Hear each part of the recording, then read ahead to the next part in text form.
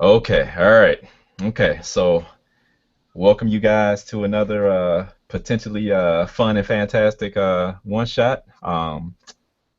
Just for the viewers out there, we're going to be using Fate Accelerated, and I've got three great guys that are going to be helping me tell this tale of a heroic adventure tonight. Um, First up is Jay. You can just give me a little introduction, man, and give us a little input on your character, and that'll be cool. Word, yeah, it's Jay representing Adventure Story Games, ASG, on YouTube. Been here for a minute, off and on. I delete videos a lot and come back with new stuff, constantly reinventing. But that being said, I'm going to play Zaren, a young thief born in the wild, raised by an outcast female mystic. Um, yeah, nimble thief, basically with a mystic stare. And yeah, that's about it for right now. I get more into it in the game. Okay, cool. Okay, Jim, you want to go while we wait on Nelson? Uh, Jim, aka the Chaos Net. I don't do channels. I play games. So I'll be playing a barbarian warrior named Dog. He's sort of a wilderness-oriented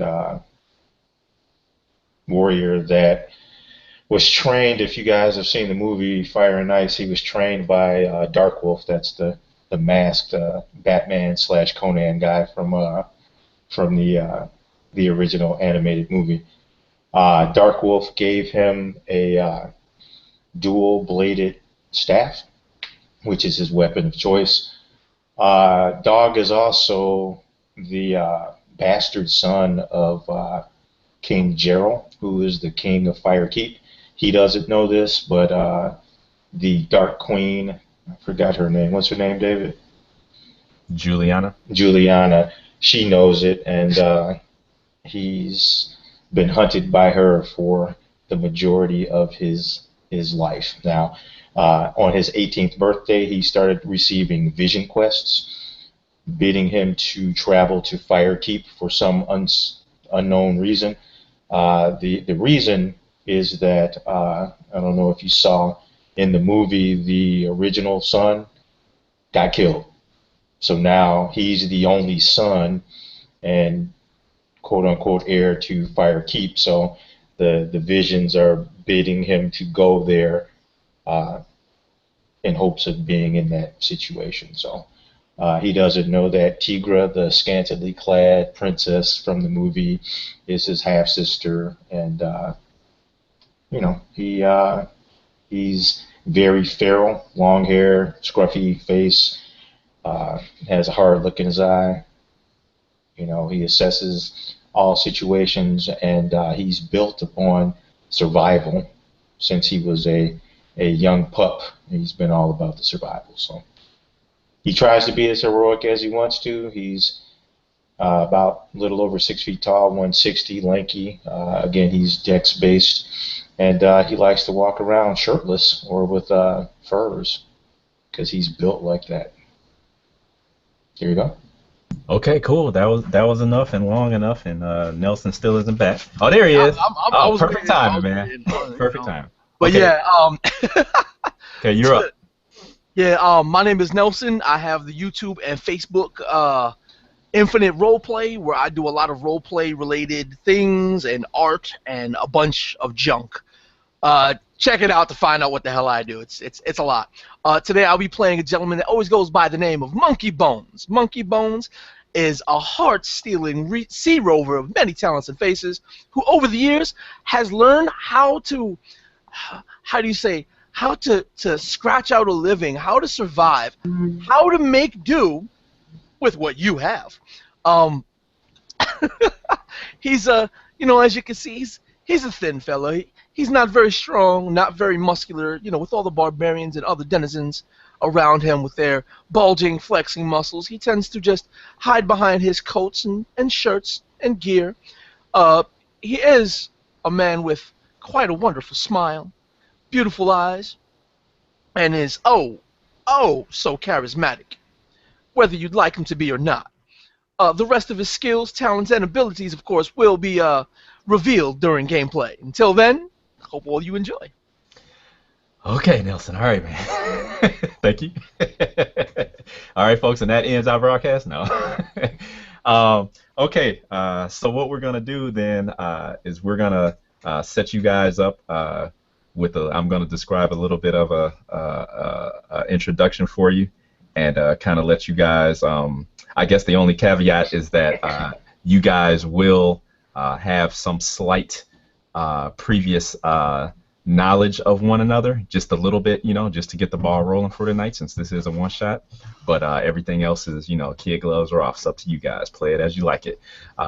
So we're gonna open with, Okay. yeah, we're gonna open with you guys actually waiting to enter the throne room of King Jarol in Firekeep, actually. Okay.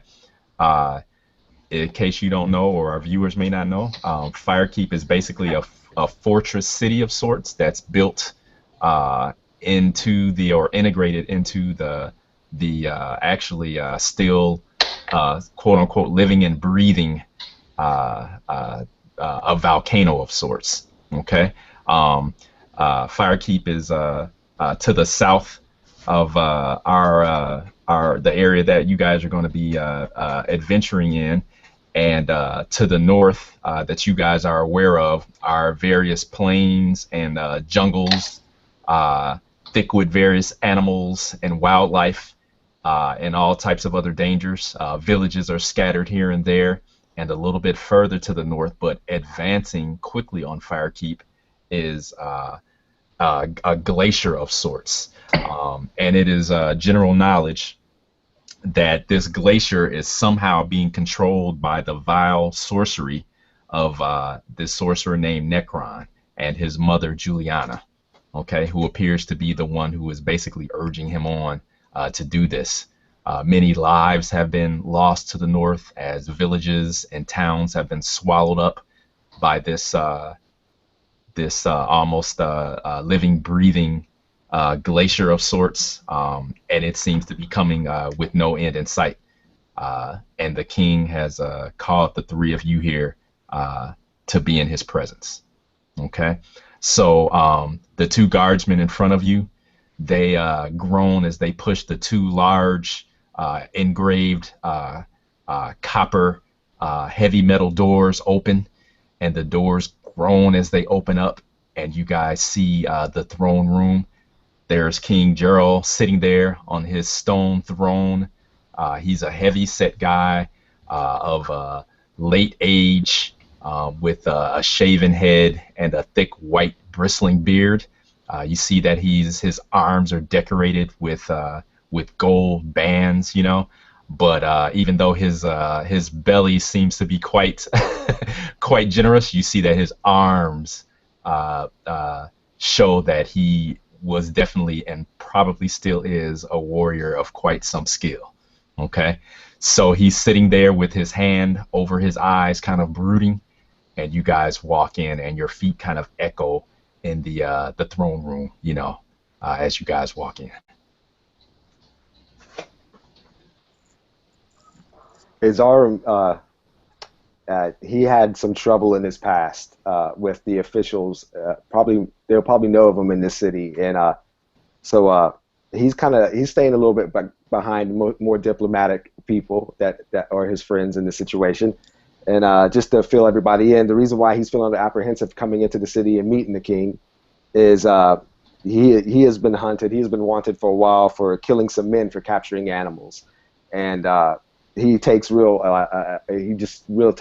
aggressive stance against people coming into his part of the land and where he lives and all that, and taking animals from the nature. Also, they know of his mother, that's somewhat of a mystic, also known, probably been called a witch at times. She probably did something in the past that wasn't really conducive to the city life, and she got banned and outcasted. And he had took resonance up with her. So he's always had a mischievous mark put on his head, and people didn't like him. And once he started killing men for capturing animals, it kind of bothered some of the city officials. And so he's going to cower back a little bit and perhaps use this opportunity to get some heat off his shoulders. All right, very good. Okay. Is Dog or Monkey Bones doing anything of significance as Well, they walk into the Dog throne is room? not very at home in the civilized lands. He, like Zaren, is much more acclimated to the wilds, the wilderness, and I know Zaren from his hunting of men in the forests or in the wilds for killing animals. That's one of the reasons why he and I struck to be fast friends. And I understand that he has a light-fingered approach, and I appreciate that because my approach is not so light-fingered.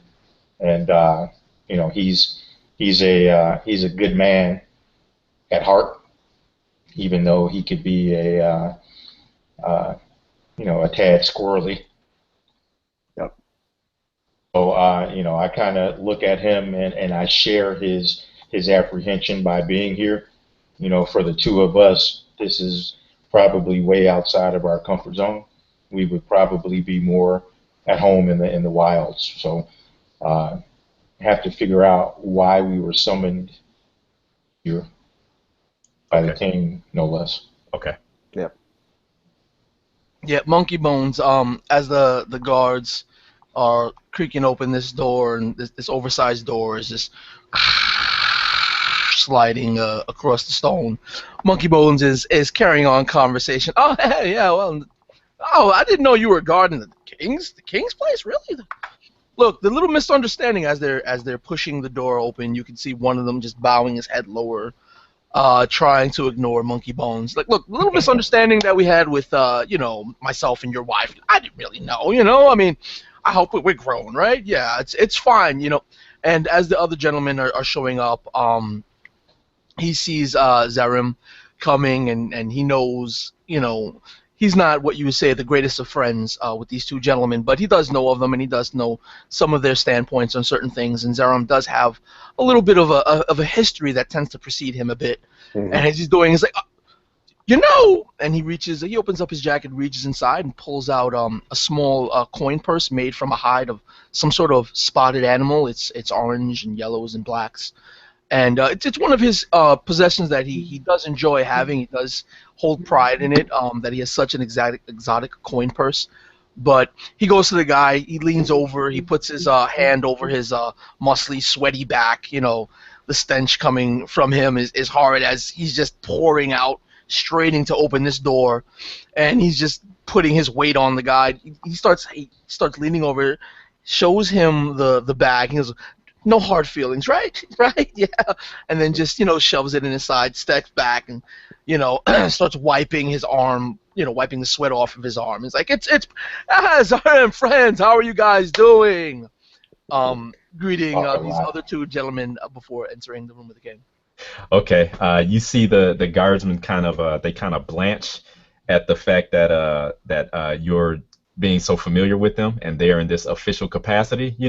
So they pretty much try to play it off more or less. The one guardsman, he readily takes the bribe that you give him or the payoff and slips it inside of his girdled belt, and regains his composure and stands to attention as you guys continue on your way inside the throne room. The way things appear to be laid out, it kind of makes sense that Monkey Bones will probably be at the forefront of this, as kind of gregarious and kind of outgoing as he is.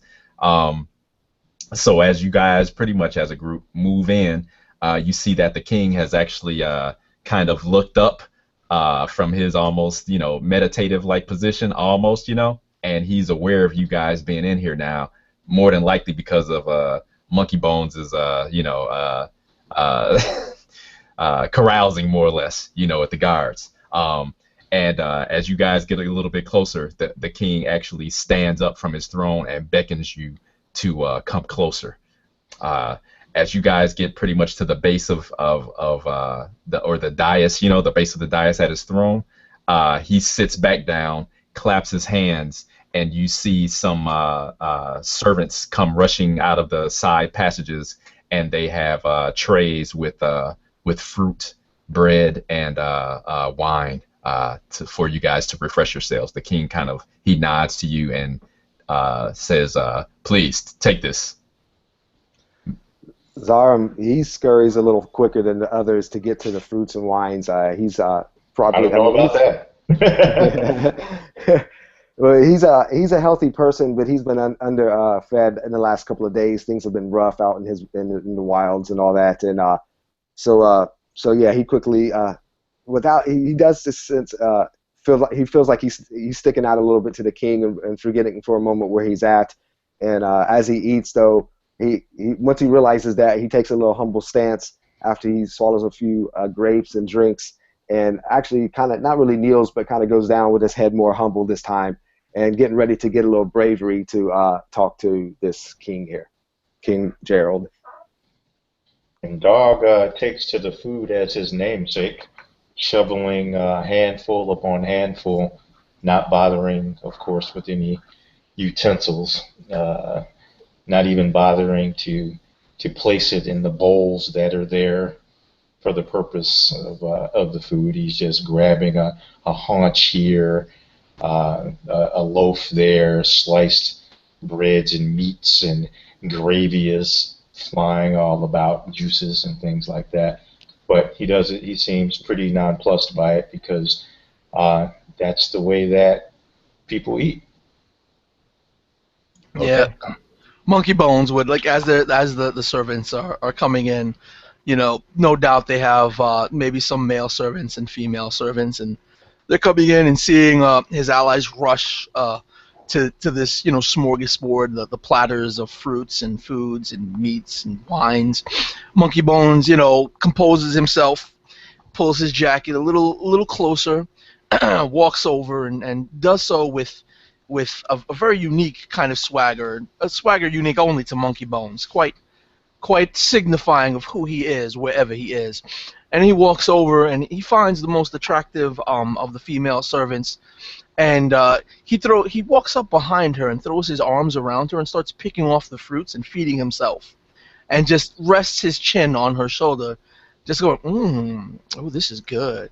And he grabs another mouthful, over and over. Then he wraps his other hand around her waist, and he's very uncomfortably pressing himself upon her. And he says, you know, as he picks up one of the grapes and tries to feed it to the servant, and he does so. He pushes her away as if she was an afterthought, and the juices with him as well falling across his beard. He's like, oh, Man, you guys are my pigs, man. lord! Come on, boy. Turns Yeah, to the king, and then he bows so graciously. yeah, Still another handful of grapes in his hand. Zareem speaks up real quick. He says, "Chill, Bones. Bones, come on now." Damage It's like control, huh? yes, yes, yes. We got an important matters here. Yeah, I got a certain situation I must clear off my shoulders. Let's not ruin this moment. As Oh, you, oh, do go ahead. not misunderstand, my friend. I do not mean to insult the hospitality of such an amazing man. I would never do that. I must partake. It is only the right thing. Mm, You talk a lot. right thing to do.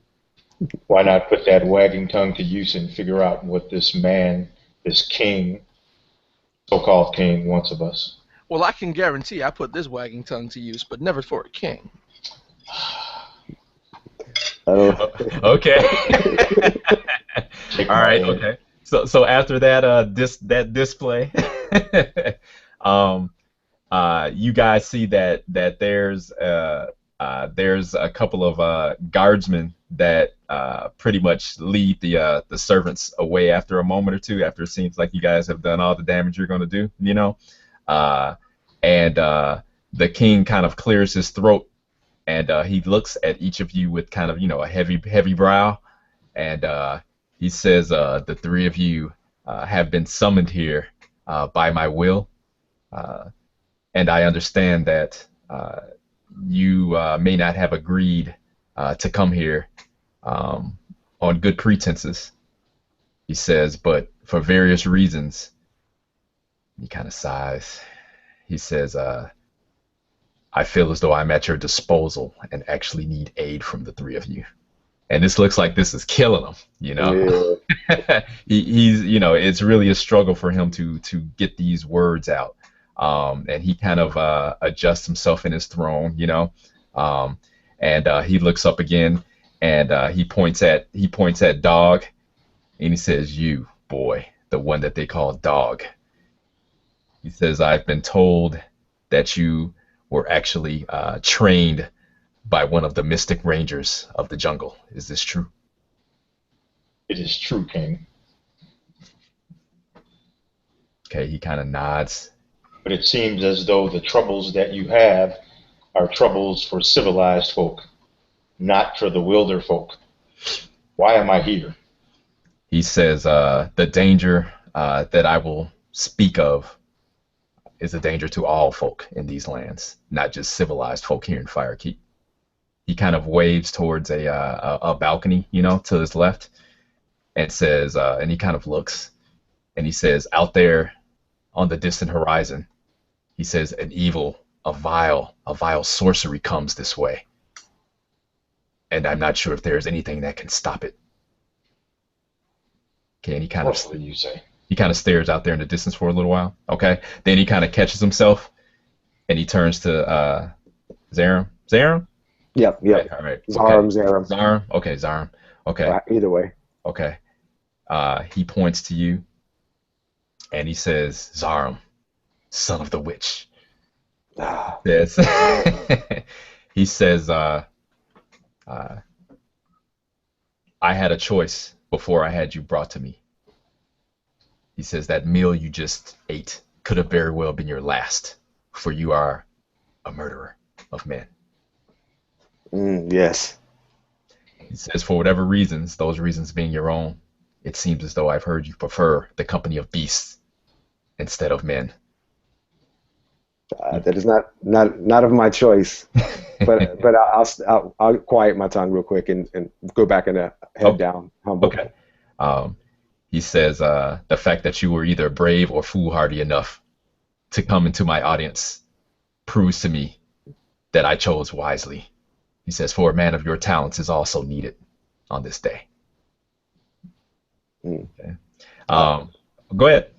Nah, I give you a humble respect, my king. There was a great danger in this city that weigh upon my shoulders as well. So the threat of my life reigns within these walls and without these walls from what you have exposed to us. So if you can burden my inner city, if you can relieve that burden, I will help you assist whatever way I can to go against this great sorcery, this great evil that seems to be entering closer to our kingdom. I have connections with those arts that might be of service. Okay. You see a glimmer in his eye, possibly a glimmer of hope, maybe. Okay.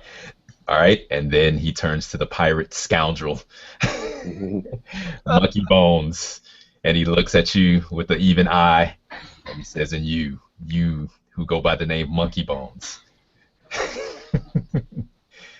He points to a fairly wealthy looking noble, likely, that's standing off to the side, and this noble is glaring at you with nothing but evil intent in his eye. Does he look familiar, possibly? Yeah, I don't know. He may be familiar, but what is familiar is the woman that's standing by his side. And she kind of looks up and then avoids your gaze. as I notice her real quick, right off the hip, I sort of just flick my hand up and just wave like this. You see the noble lurches forward. Only a guardsman is able to hold him back. And the king catches this and he looks and he turns back to you and he says, "You, lecherous one, betrayer and destroyer of families and of honor." He knows you well. Smuggler. He says, all of these titles seem to befit you perfectly, and you seem not to deny them." Well, I wouldn't have used those exact words, my king, great king, but I do have quite a few talents. He says, "I've been told that your head would look good on the pike outside of Firekeep's walls, But It would, my king. but It looks very good at all times, I might add. And he starts stroking his little beard. And then okay. he throws a glance back at the noble and his wife. Mm-mm-mm. He You talk a says, lot. huh? You talk a lot. Right. He says, but I've been asked to put better use to your skills. For all your head would do is rot away, nothing more. And every man that we can get that is able, we need to put to good use. And that is why I've asked you to come here. He says, I need the three of you to do what others could not have done. He says, I'm sure you've heard the rumors and the tales that both of my children, my dear children, have been taken from me by that bitch Juliana and her vile son, Nekron. He kind of he grips the handles, of the throne, and you can just see like the veins just like pop out of his arms as he's just like, really intense, and then he kind of catches himself, he relaxes, and he says,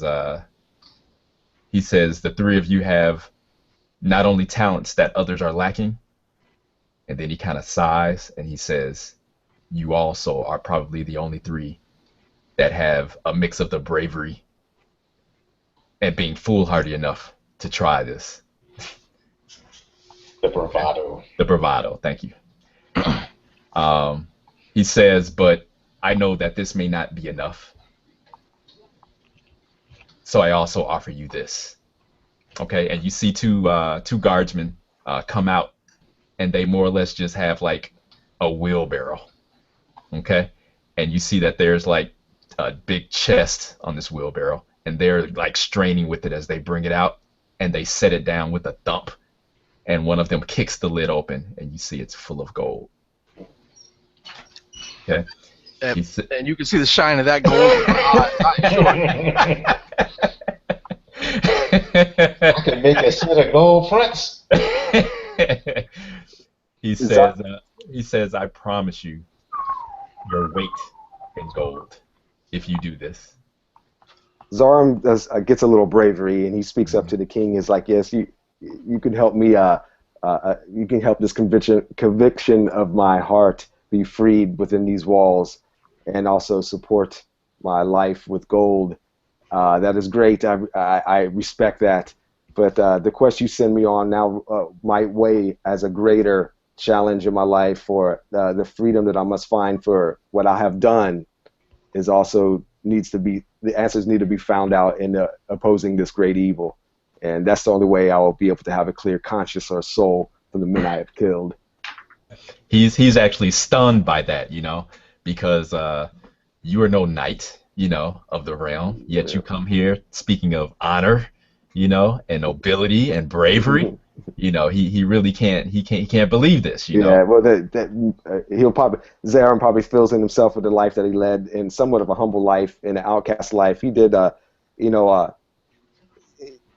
learned the ways of respecting life and conscious. So but his anger of being an outcast is what led him to do his thing. So his bravery is him trying to come out of that shell. His bravery, trying to deal with that trouble, which might come off in the sense of a different type of character after a while, because that's one thing that feeds him is each event will give him a little bit more bravery to try to stand up greater than feeling like that outcast hideaway person that he's always felt. Okay, cool. Okay, all right. So he looks at each of you in turn again, and he says, I'll take the wheelbarrow over. Okay. All right. Say, we do not require your coins, King. Say, we will fight this evil.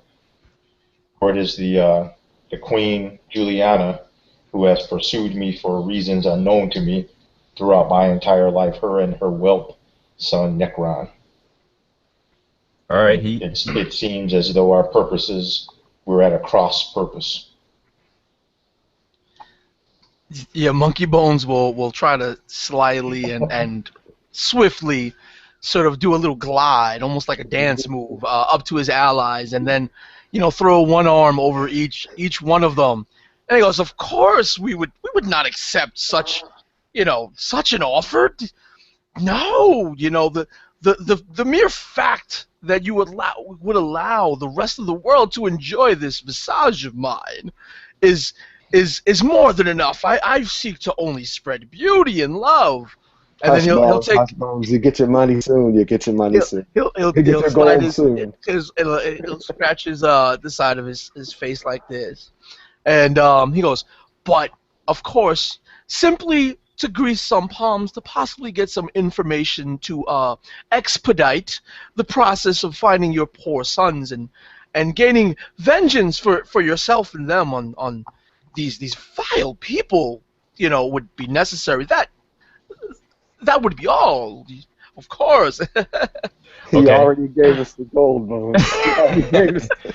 You see that one of those same men at arms, he actually fills up a pouch, with gold that's probably about the size of your fist, and he walks forward and thrusts it in your and Monkey Bones outreaching hands, I'm sure, and the king kind of waves and says, hopefully that will grease as many palms as you need, including your own, pirate. And he says, do not get too comfortable with either wine or women this night, for at the zenith of the moon, you leave on your journey. Okay? And then he gets up and he walks out of the audience chamber, the throne room, and you see the rest of the few nobles that were part of this kind of quote unquote secret meeting or whatever. They filter out as well. And you guys see another soldier, we'll say, of Firekeep, but you see that he is wearing a metal helm that has wings, above the ear on either side. Okay, and he wields a spear. Okay, he walks up, slams the haft of the spear on the ground. It echoes, and he kind of stands at attention. And he says, he bows to you as a group, and says, he kind of clears, yes, my lords, you will meet on the northeastern battlement of the keep at the moon zenith. Myself and my men, my warriors, will be waiting for you then. And Travel by night? he looks at you and says, yes, of course, that is the safest way. And he nods, and then he spins on his heel, and he's gone. Okay. All right. So I lean over. Okay. I mean, they appear to be fools to take an armed and armored detachment into the night wilds. They're asking for defeat. Dog, do not worry. Remember the old days. I have the elevated eye. I can see throughout the night. My arrow will be ready to strike true. Just lead us the way with your blade. Indeed. But no matter where we go, and I'll kind of point at Monkey Bones, we'll be heard long before we're seen. And as he says that, Monkey Bone starts, not necessarily tossing up this pouch of coins, but just tossing it in his hand, never letting it really leave his hand, and you just hear the ching, ching, ching. And he's staring at it, not necessarily counting or trying to surmise the amount of coin in there, but just looking at this bag, and then just realizing that it's lacking in spots. Well, dog. We'll save his hide once again as long as he keeps paying our way through the main cities, like the deal we originally struck back in the old day. We'll be fine. Indeed. And at that, Dog's face goes flush, and a vision washes over him. The surroundings of the throne room or this attendance area kind of turn into a spectral blue, and a young King Jarol strides into the chamber, and he appears to be arguing with some woman.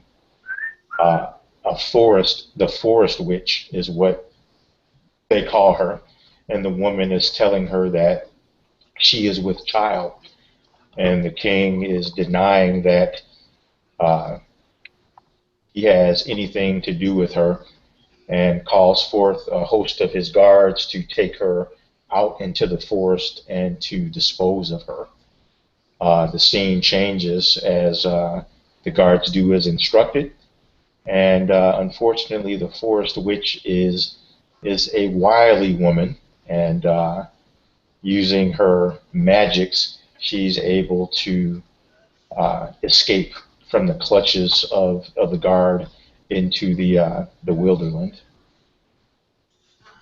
Then time flashes a little forward, and a child is born, and the forest witch realizes that the child has a destiny to play along with others, and she places the child in a stream, and the stream goes along into a town as the vision begins to close.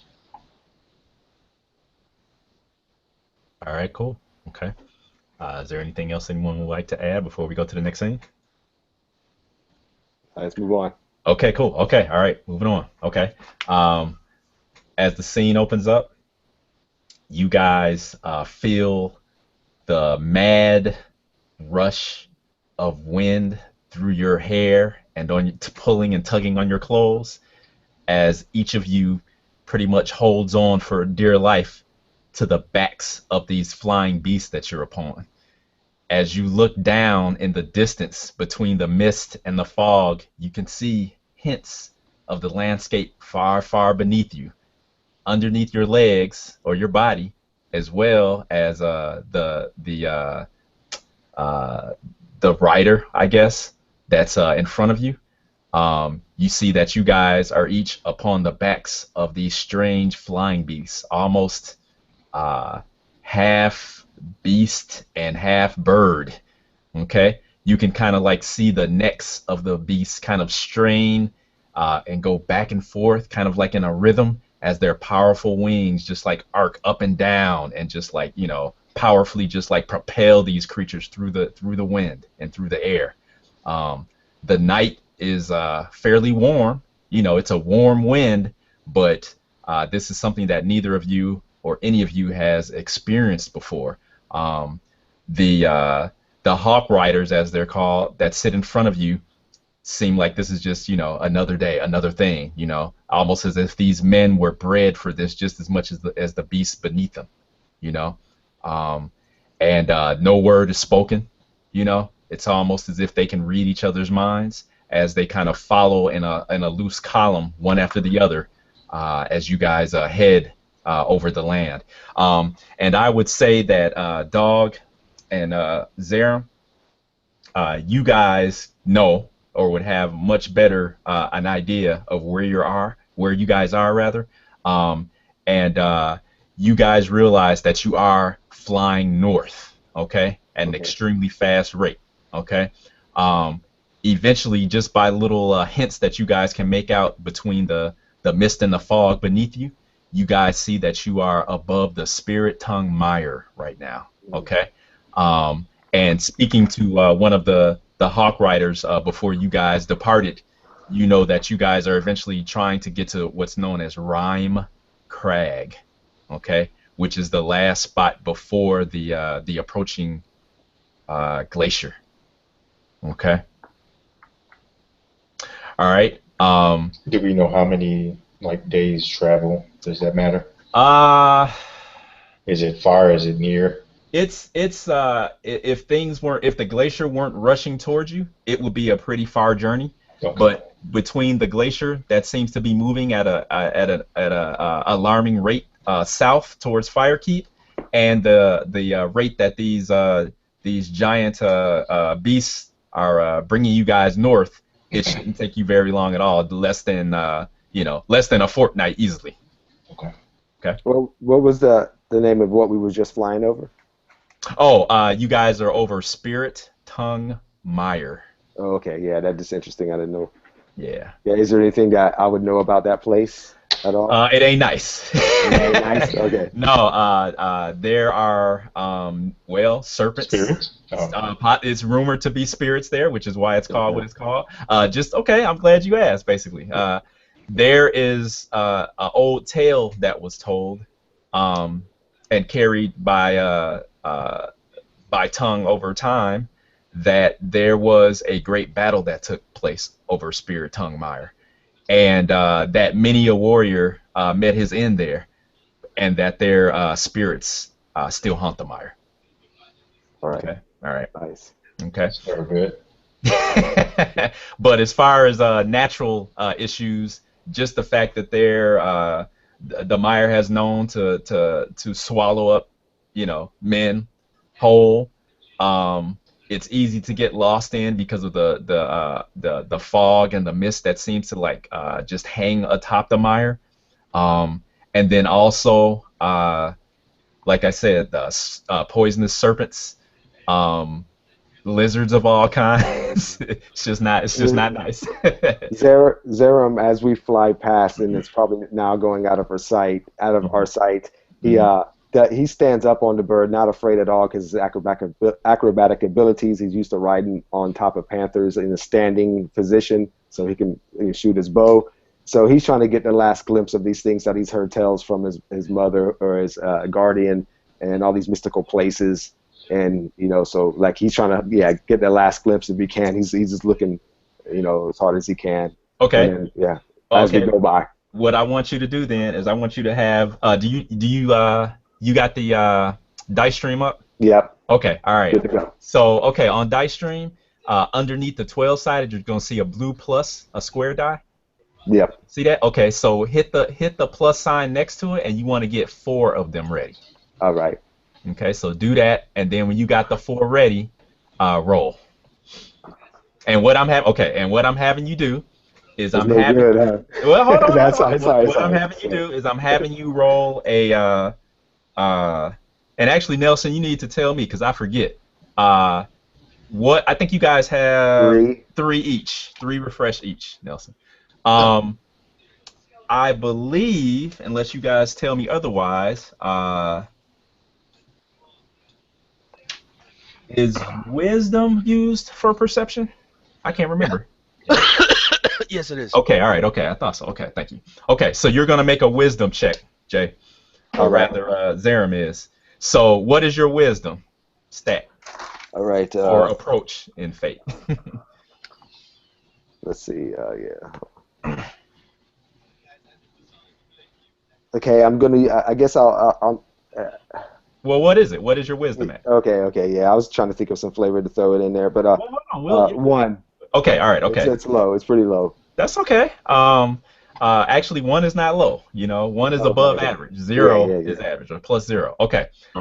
So now basically what you do is, since you rolled 2 blanks, okay, a plus and a minus or negative, okay, the plus and a negative cancel each other out. Okay. Okay, and then the 2 blank dice don't mean anything. Okay. Cool. Okay, so your final result is a 1. Okay. Okay. All right. So your target number, and I'm just walking this through you because you're so don't worry about it. Your target number, and which I should have told you originally before I had you roll, but your target number is a 2. Okay. So now what you can do in Fate is that you can decide after you roll, you can say, man, do I want to. And just so you know, what you're making is what's considered an overcome test, okay? Yeah. Because you're trying to overcome that target number in order to achieve something. Yeah. Okay. So you're trying to peer through this mist as you're kind of looking through, trying to look around, and we're just trying to see if you can see something that's going on. Okay. So now, since you failed the target number, okay, you can either say, Dave, I want to invoke one of Zaren's aspects in order to give him a +2 bump to my roll result in order to make it. If you have something that makes sense, though, okay? Yeah, I mean, okay. Yeah, I was going to say the only thing I could probably apply to this situation right now would be something that I gave myself for a dex bonus, but it could probably apply for the same reason that it's giving me a dex bonus, which is Owl Eye. It's a long-range attack if elevated. So I am elevated. And even though I'm not attacking, I'm still using that whole advantage of being elevated to see down on something and focus it in. Okay. Well, remember that's the only thing I could think of. That's as far as Well, you my know what? aspects. You got like Born in the Wild. Well, hold on, Yeah. Jim. Hold on. Uh, allies, it's a stunt, not an Yeah. aspect. Okay. That's right. That's right. Yeah. Yeah. Okay, first of all, okay, so they don't work like that, quite like Yeah. that. Okay, you got the right idea, but stunts don't work like that. So yeah, And being born in the wilds, my ability to yes, develop owl eye also carries over into viewing long distances a lot more there you clear than go. others. There you go. So if you want to, you can spend a fate point, and what you would do is you would say, Dave, Zaren, because of his growing up in the wild and the way he was raised and all of Yeah. his, his nature training and everything, he should be able to kind of perceive stuff, in this element. And I would say, cool, that makes perfect sense. Spend one fate point and go ahead and add +2. Okay, that's how you would do that. Okay, so Yeah. let me tell you one other thing because I don't want to All right. overload you. The other thing you could do is you could decide that you wanna either fail for whatever reason. Maybe you don't want to spend a fate point. Maybe you want to hold Yeah. on to Yeah. it for Yeah. some reason. You could say, all right, I want to fail, and something happens, or you could say, nah, Dave, I don't want to fail. I want to succeed at a cost. Yeah. So you got a few Woo! different options. See that it Okay, see cost how play that up see how that here. kind of works? Right. Okay. So now, Yeah. giving you that, what do you think? How do you want to Yeah. proceed? You know what? Okay. I don't know if this is out of game material right here, but it's interesting to me. I'm interested in the setting and how you and deal with these kind of questions in this hmm setting. So I'm hmm going to go for it. And plus, I want to learn more of the mechanics. So I'm going to go ahead and spin the fate point. I'm Okay, not that's going to be cool. afraid. Okay. All right. So And that's gonna succeed and add. straight succeed. Okay, so that's gonna give you a +2 to your roll, which is gonna give you a 3, which means that you achieve your goal. Okay. All right. So, all right. So, uh, as Zaren rather Yeah. is standing up, precariously. You guys, Dog and Monkey Bones, you guys look kind of to your sides and to the back, and see him like just like standing in the stirrups, and the creature's just like, man, just it's almost like standing up on a moving horse. Yeah. And Except it's you're like he's hundreds of feet faced above the backwards ground, too. He's right? looking behind, and so he's flying backwards. But Okay. his body is moving like his middle torso is moving like it's counterbalancing every Okay. little Okay. bounce and turn and all that. So his head's perfectly still. Like you Okay. can't tell that his head's moving at all. But Okay. he's like Okay. counterbalancing it all so he can give that. All right. And he's probably kneeling just a little bit though. He's like, his knees are bent just a little bit. Okay. All right. Well, it turns out that you do see something out of the corner of your eye to your left. You see a movement, but it's not down there on the ground. Ah, It's up in the air with you guys. all right. Not wrong. So And what do you think? I say, what's this? Something up here with us. Ha ha! This is great. What is this? So yeah, I point to the direction because I'm still kind of young and I'm amazed what I'm seeing and everything, and I'm able to finally use my abilities out of where I come from in the local area. So of course I'm excited in this experience, and I'm pointing to the direction, looking back at my two colleagues, and everybody is look what you seen that? Okay. You can feel the Hawk Rider adjust the beast underneath you, and it kind of turns a little bit.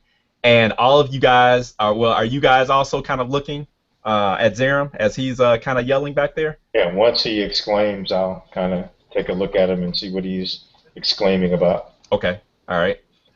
Okay. Yeah, as he says that, I'll just my eyes will grow wide and just turn and stare at him in a little bit of worry, and you would see him still tucked as close to this creature as possible. He starts reaching into his jacket and pulls out a dagger and prepares just in case. But he doesn't stand up or get reckless on it. He's still staying real close to the rider and the creature in which they're riding. Okay, because I'm paying too much attention to you guys and your great narrative here. Give me 1 second.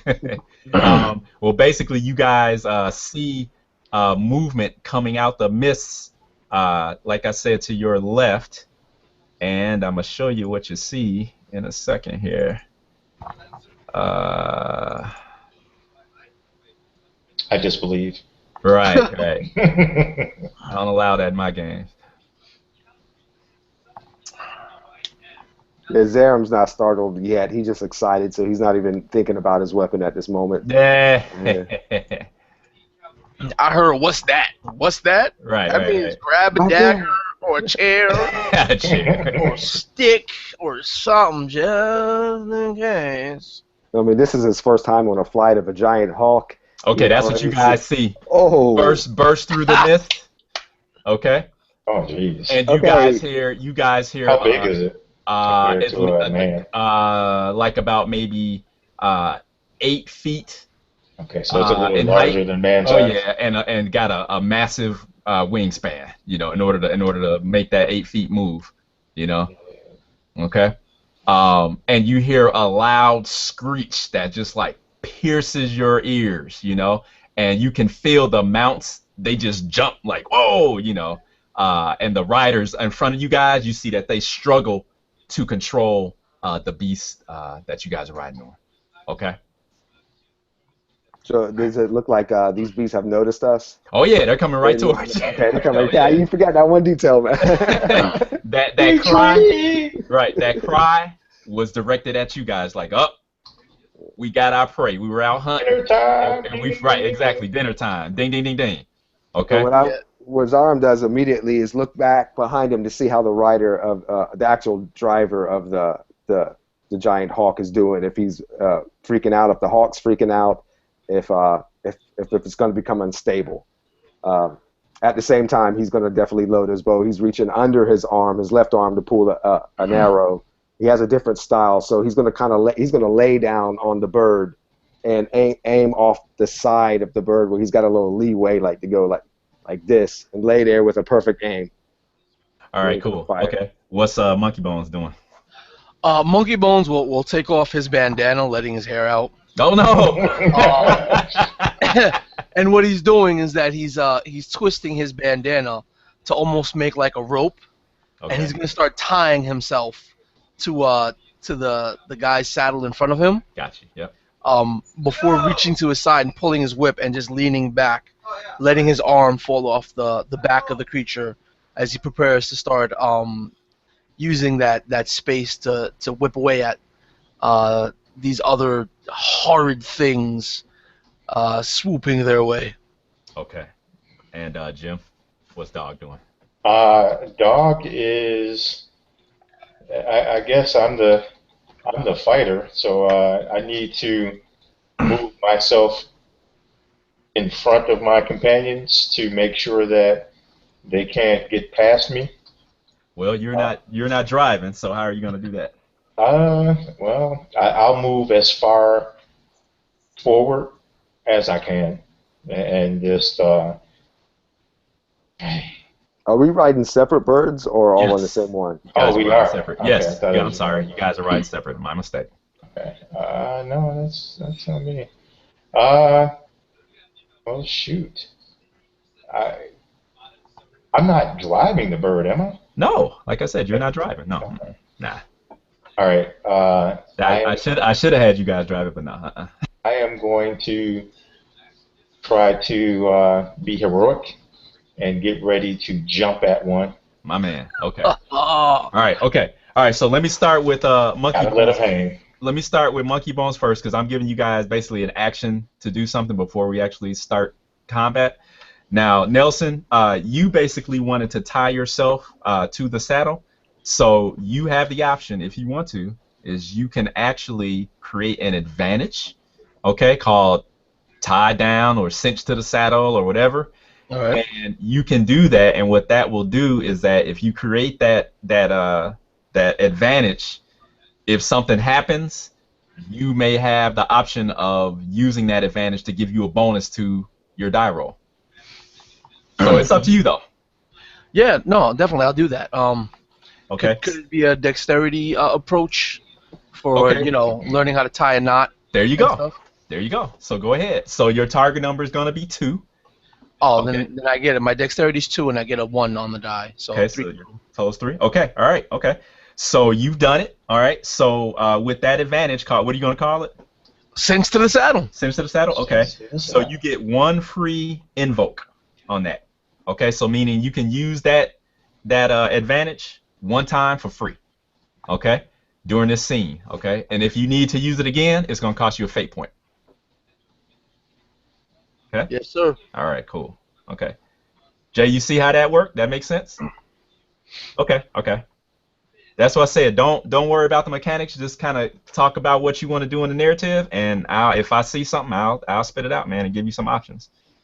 All right. So cinch to the saddle, and it's got one on it. Okay, cool. All right. Okay. So then, Jay, you said you're getting. Here's another example for you. You were getting ready and taking a bead, getting all set up. What you could do, okay? You have the option of also creating an advantage. And what you can do is you can create an advantage that might help you. You might do like aimed attack, I or got you. something like that. Uh, Is that you want to try it? And yeah. I'm okay, I'm noticing the one that dog is jumping on. I'm trying to see that. I don't. hmm Is that possible that I can see he's sure. aiming and jump? You can Okay. see what he's doing. You see that And look in his eye. okay, this might be a chance because I'm not strong on how. I mean, I'm not understanding yet on how much damage and stuff work, how damage and all that Okay, works. okay, And hopefully I don't kill this bird. okay, But what I want to do is I want to invoke bird's eye view, okay. coming from being born in the wild hmm and constantly concentrating once again on sitting perfectly still and looking in the distance. Also elevated with owl eye combined is what I'm using. That does that make sense? Like I'm Now where invoking did bird's eye view, now where did bird's eye view come kind from? of come out of Born in the Wilds. Since, Okay, you know what I'm okay, saying? okay. Yeah, Since that's fine. since Okay. I guess Nelson kind of created a new term up. That's all I was doing. I was trying to follow Oh that. yeah, Like, yeah, yeah, yeah. That's yeah, yeah, fine. yeah, Yeah, yeah, that's fine. I yeah, didn't. No, no, no. That's fine. I didn't know if that was an aspect that you had that I didn't have written down or something. No, no, that's yeah, fine. yeah. I That's guess what I gonna was be doing, I your. was blending the owl eye, which is a stunt, which I'm trying to use to get the +2 on my long range attack by being elevated, but calling that bird's eye view based the flavor around Born in the Wild, Got you. I which all got that you. comes from. Okay, so And I'm would gonna you? let one go to the one that dog is jumping on, hopefully to weaken it without killing it. So therefore, he still has something to jump on. All But right. it's definitely a fast call. So Okay. you know, So what you would do since that bird's eye view has to do with your bow and your aiming, it's gonna be a dex. Okay. So yep, yep. you're gonna roll up four of those fate dice again, and then you're gonna add whatever your dex is to the final roll, and we're gonna see what you got. And you need a 2 Okay. target number. So you said four. Roll Yeah, you want four. to roll four of those Okay. fate. Always roll four. There you go. All right, that's a good roll. All Okay, right. so that's 2. Okay, plus what's your dex? Uh, I think my dex is 3. Also, if I used Owl Eye, that's a +2 on top of that for the Well, long range do elevated. you want to spend a point to Nah, okay. because if I already, I think I already got it there. Okay, so what'd you say your dex was? 3? 3. Okay, so that's a 5. So Yeah. what happens is when you create basically almost I think it may be anything. Yeah, if you get 3 over your target number, then you succeed with style. And that's what Okay. you did. Okay, when you were creating your advantage of bird's eye view, you succeeded with style. So you know how Nelson he got one free what they call an invoke, of his advantage, you actually get 2 because you succeeded with style. Okay? So you can use bird's eye view 2 times without having to spend any fate points or nothing. Okay, as long as it makes sense in the narrative. Okay. Okay. Okay, Okay. so all right, don't worry, I got you. I'm writing All all this. right. I All right. got you. So Okay, maybe cool. I jumped that fast. I think I understood what was going on. I just jumped the combination too fast. Yeah, exactly. Because the stunts you use those in a different situation. Okay, Yeah. Yeah. that's all. Yeah, but you're Okay. you're getting it. You're getting it. And so, Okay. so I hope, James, like my Zaren, he definitely did that out of haste, like he was, so this is his first type of, situation like this, he's always hunted, but, so this could lead to, yeah, a troubled situation, Okay. but Okay. just to let you know, That's all right. That's what this. I That's what kind we of here kept for that in tonight. mind. We're not here to pick daisies. We're here to cause some stuff. All right, Jim. Okay, so you want to make the leap of faith or what? Yeah, I want to do something first, though. Okay, all right, go ahead. Okay, I that's fine. want to make a declaration. I'm going to spend a fate point Mm-hmm. to will into existence a length of rope that is on the bird, and I'm going to hold on to that rope while I jump. Okay, no Good problem. idea. I'm glad Okay, I went that, first. that, So that's well within. I'll spend the fate point for the declaration of the rope that appears there. And with a I'll jump. I'll leap off Mm-hmm. with my spear Okay, in hold one on. hand, Oh, my okay. spear, and actually in both hands, but I have the rope as well. So I'm going to use my momentum dropping down to hopefully impale Oh, whatever. okay. So ultimately you're attacking then. Okay. Yes, I am. Okay. All right. Hold on 1 second. Let's see here. This is gonna be pretty good. Okay. So that sounded like a Thundar the Barbarian noise. Can't have that. Thundar is stupid.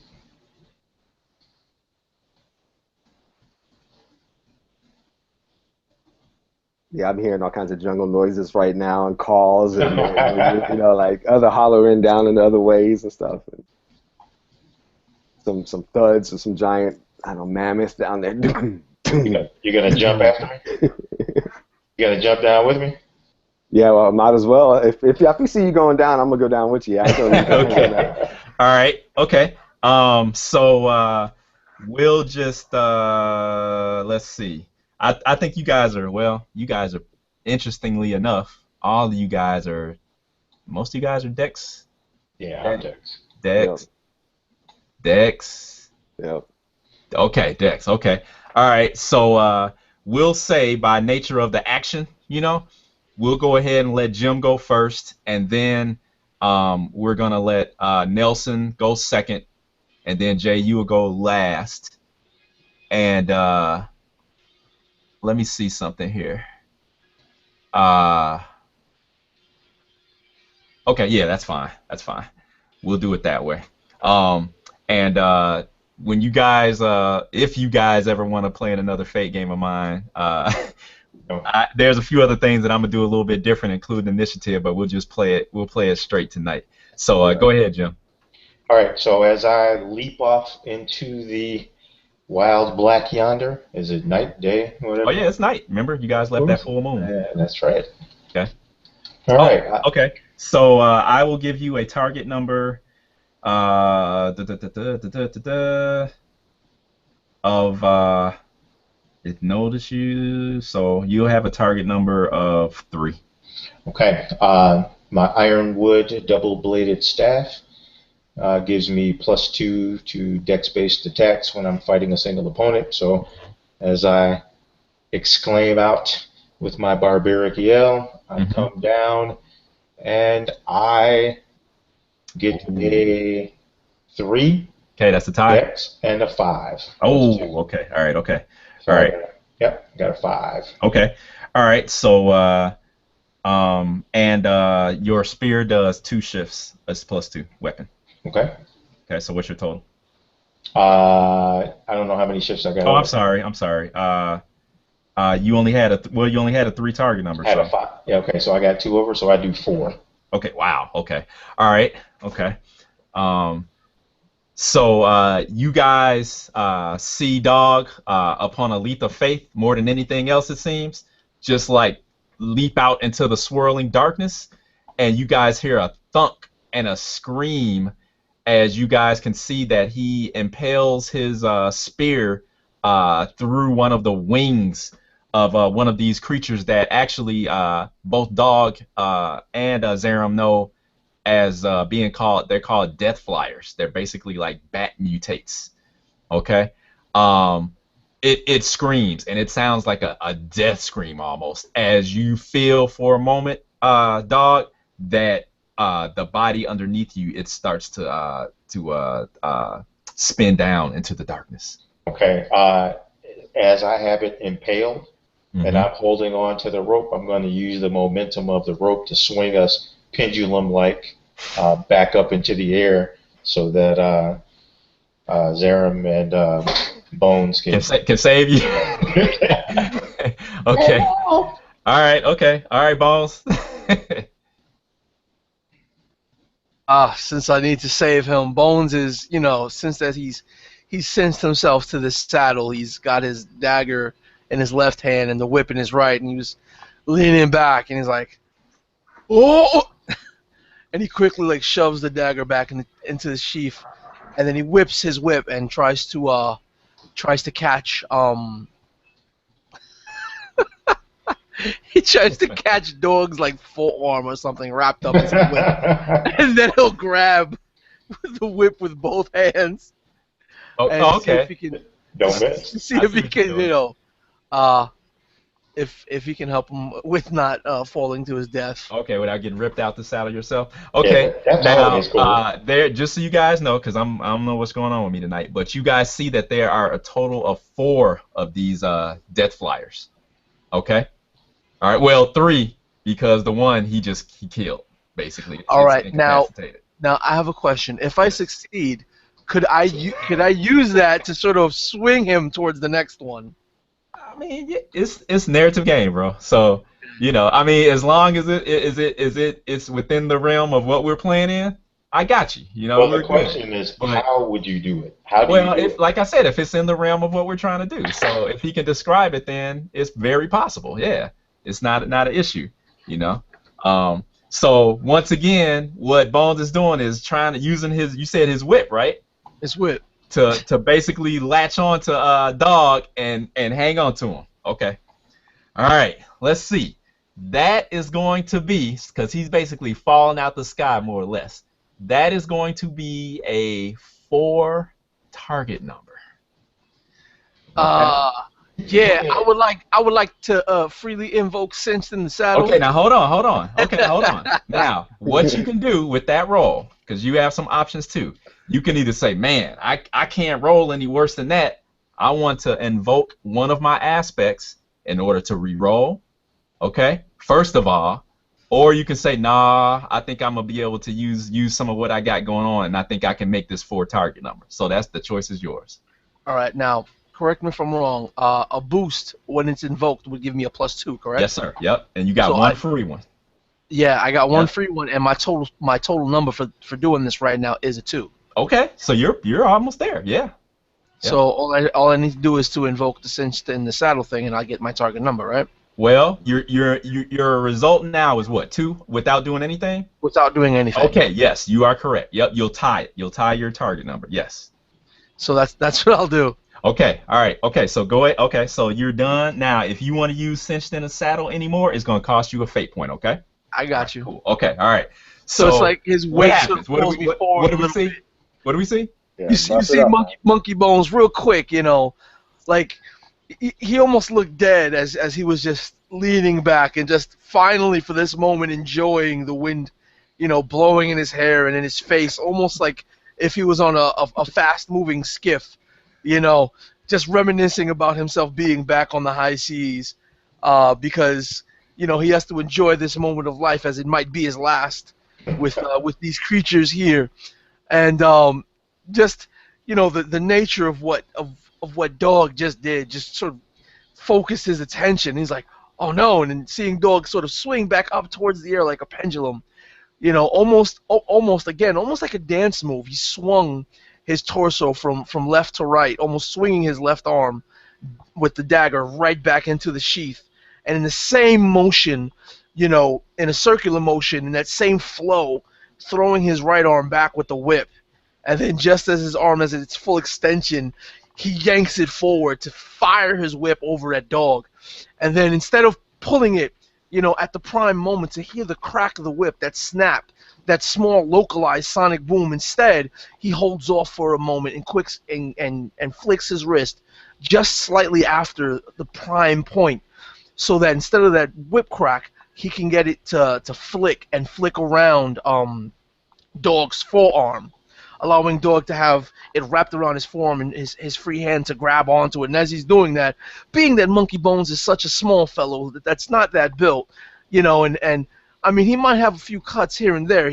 He's not a scrawny individual, but he's not quite as big, not nearly as large as Dog, of course, and just the sheer weight almost rips him from his seat. But since he was cinched to the saddle, his headband held him steadfast, and he shot his left arm over to sort of support the weight and pull Dog to make sure that he doesn't fall into the abyss below and join the spirits haunting that area. Okay. Damn. Thank Okay.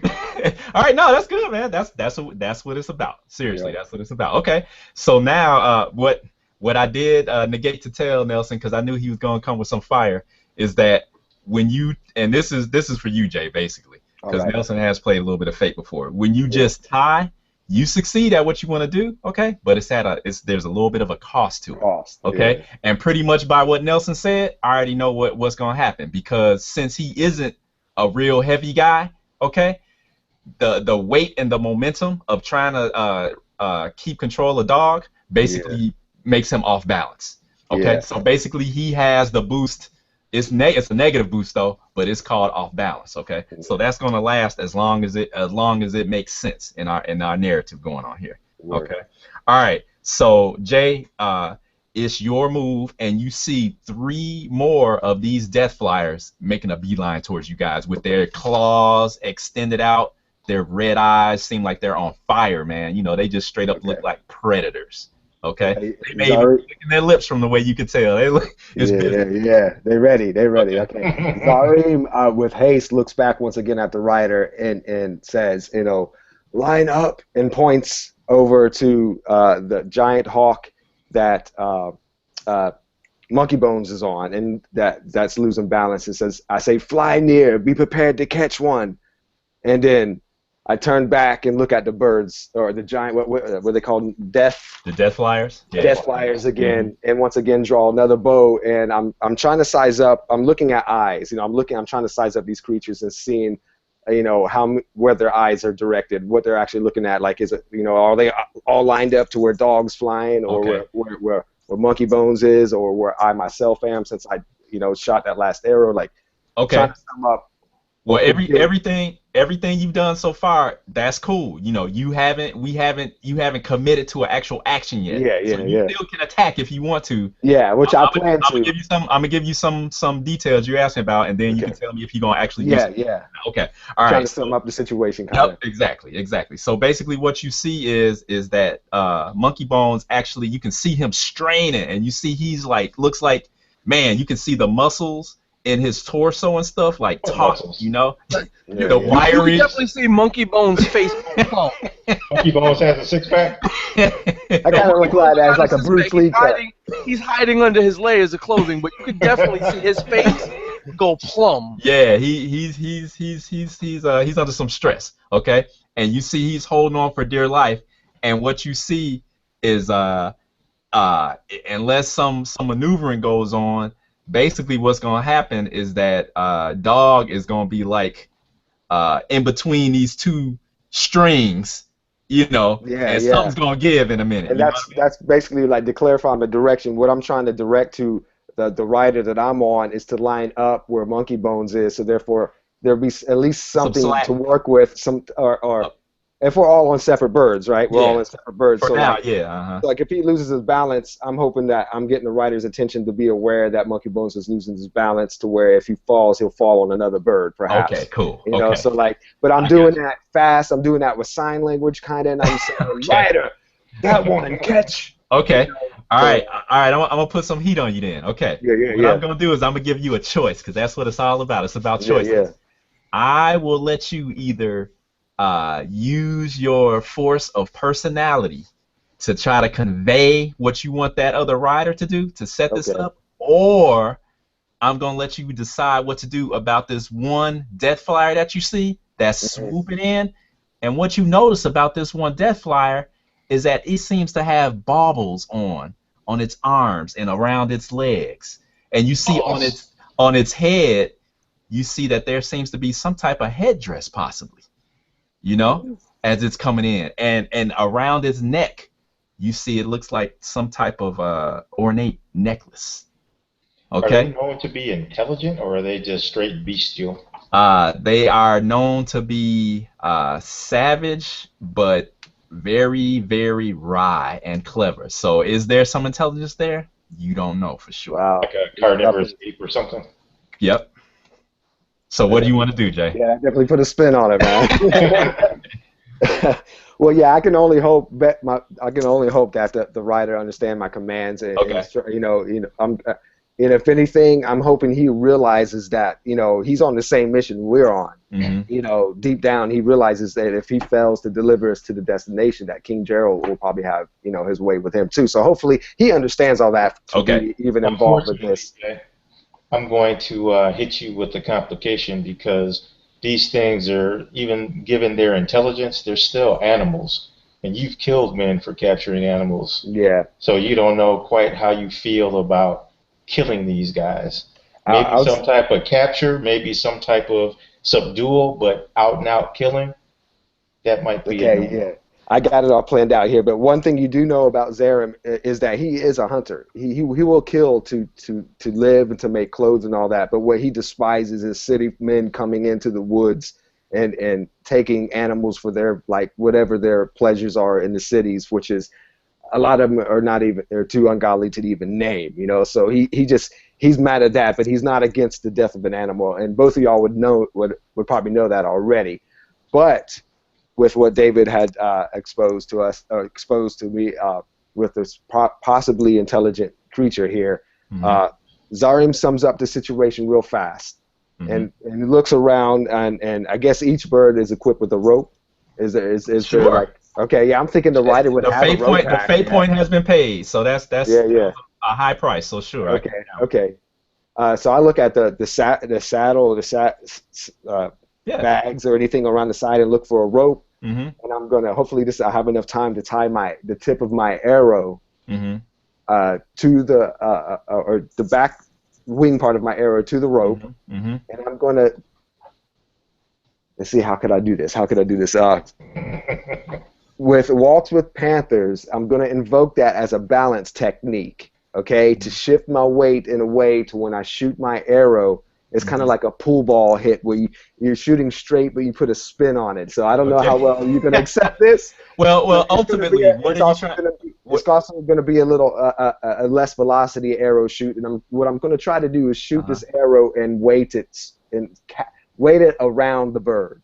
I'm trying to somehow entangle it as opposed to okay. To make it better, I'll take the arrowhead off. See, this might be too long. Yeah, this might be too long to do this. It's too short of a time. All of that? It will. I'll say your action is prepping this arrow for this, and you won't be able to do it till next round or whatever. So it's your choice. Okay, what you want to do? You putting English on the arrow? Yeah, basically, long story short, yeah, I was going to put English on the arrow.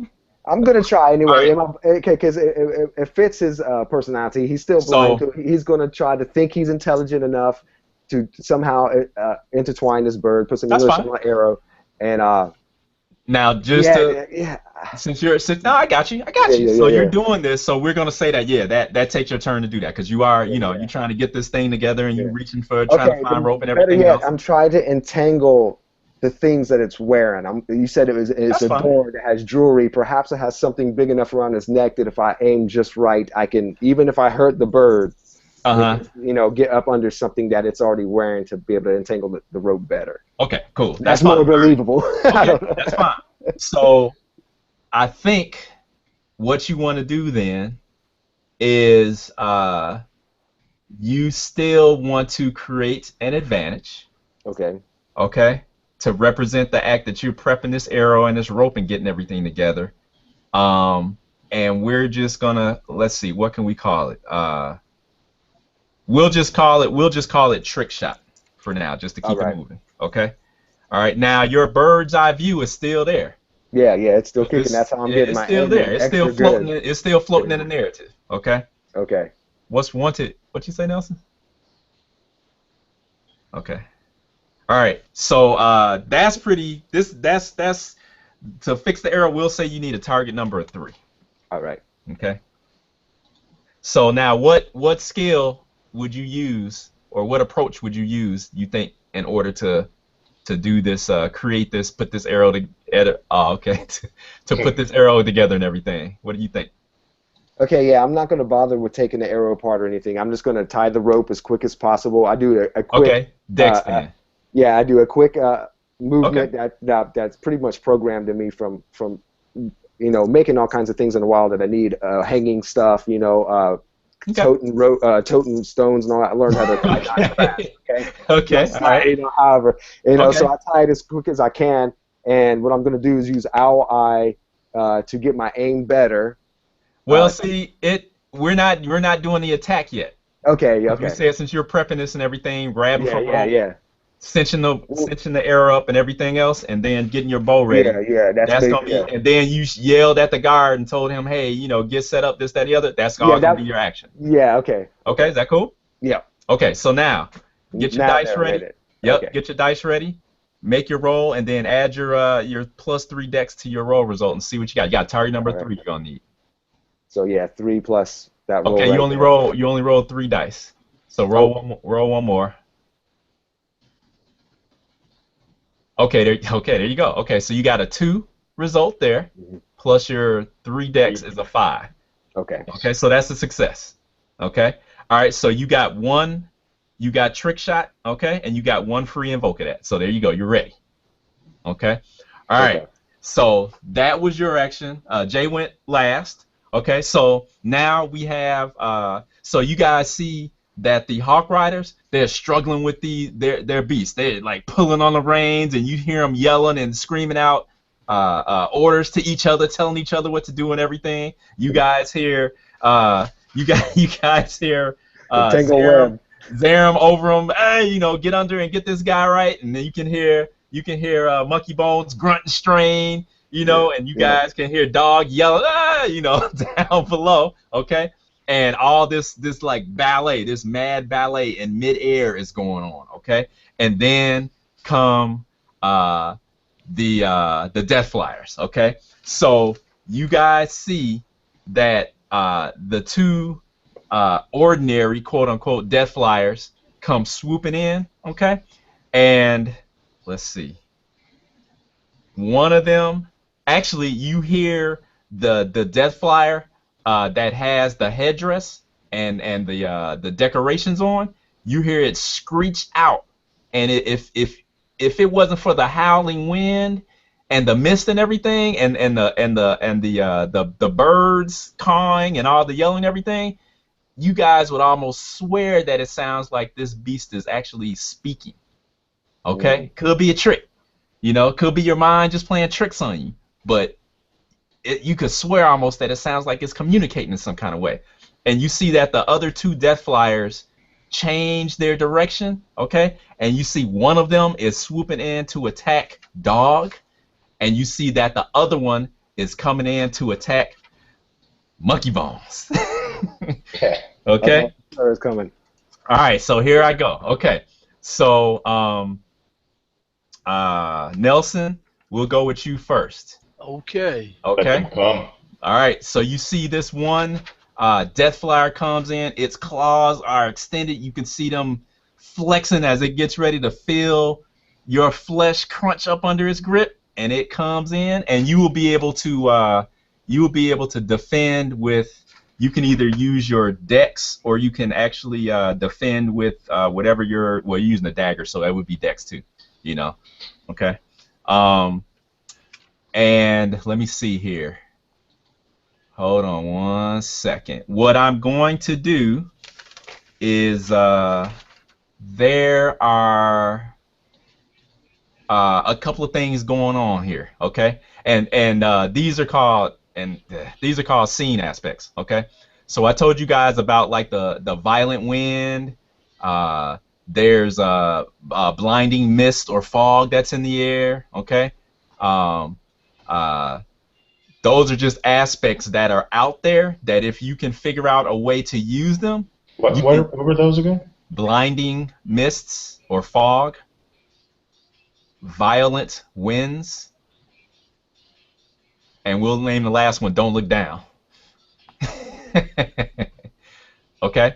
And just so Nelson and Jay know, these are scene aspects that, they're just out there, but they cost a fate point to use them. Okay? So if you can figure out a way to use them for your advantage or as a disadvantage against your enemies, then you can do so, But What it'll was the cost you a second fate one? point. Violent winds, Okay. blinding fog, violent winds, and Don't Look Down. That was the last one. Okay. All right. So Nelson, I am going to give you a fate point, and because of the blinding fog, you don't see this creature comes swooping in into the very last minute. So I'm giving myself a +2 to my roll. All right. All right, So so here I'll we go. I'll take that. Okay. I'll take that. Come on. Okay, all right, here we go. Oh, man. Horrible. Okay, so let's see. Can I do anything to make that a better roll for myself? Wow, that's pretty bad. Let's see here.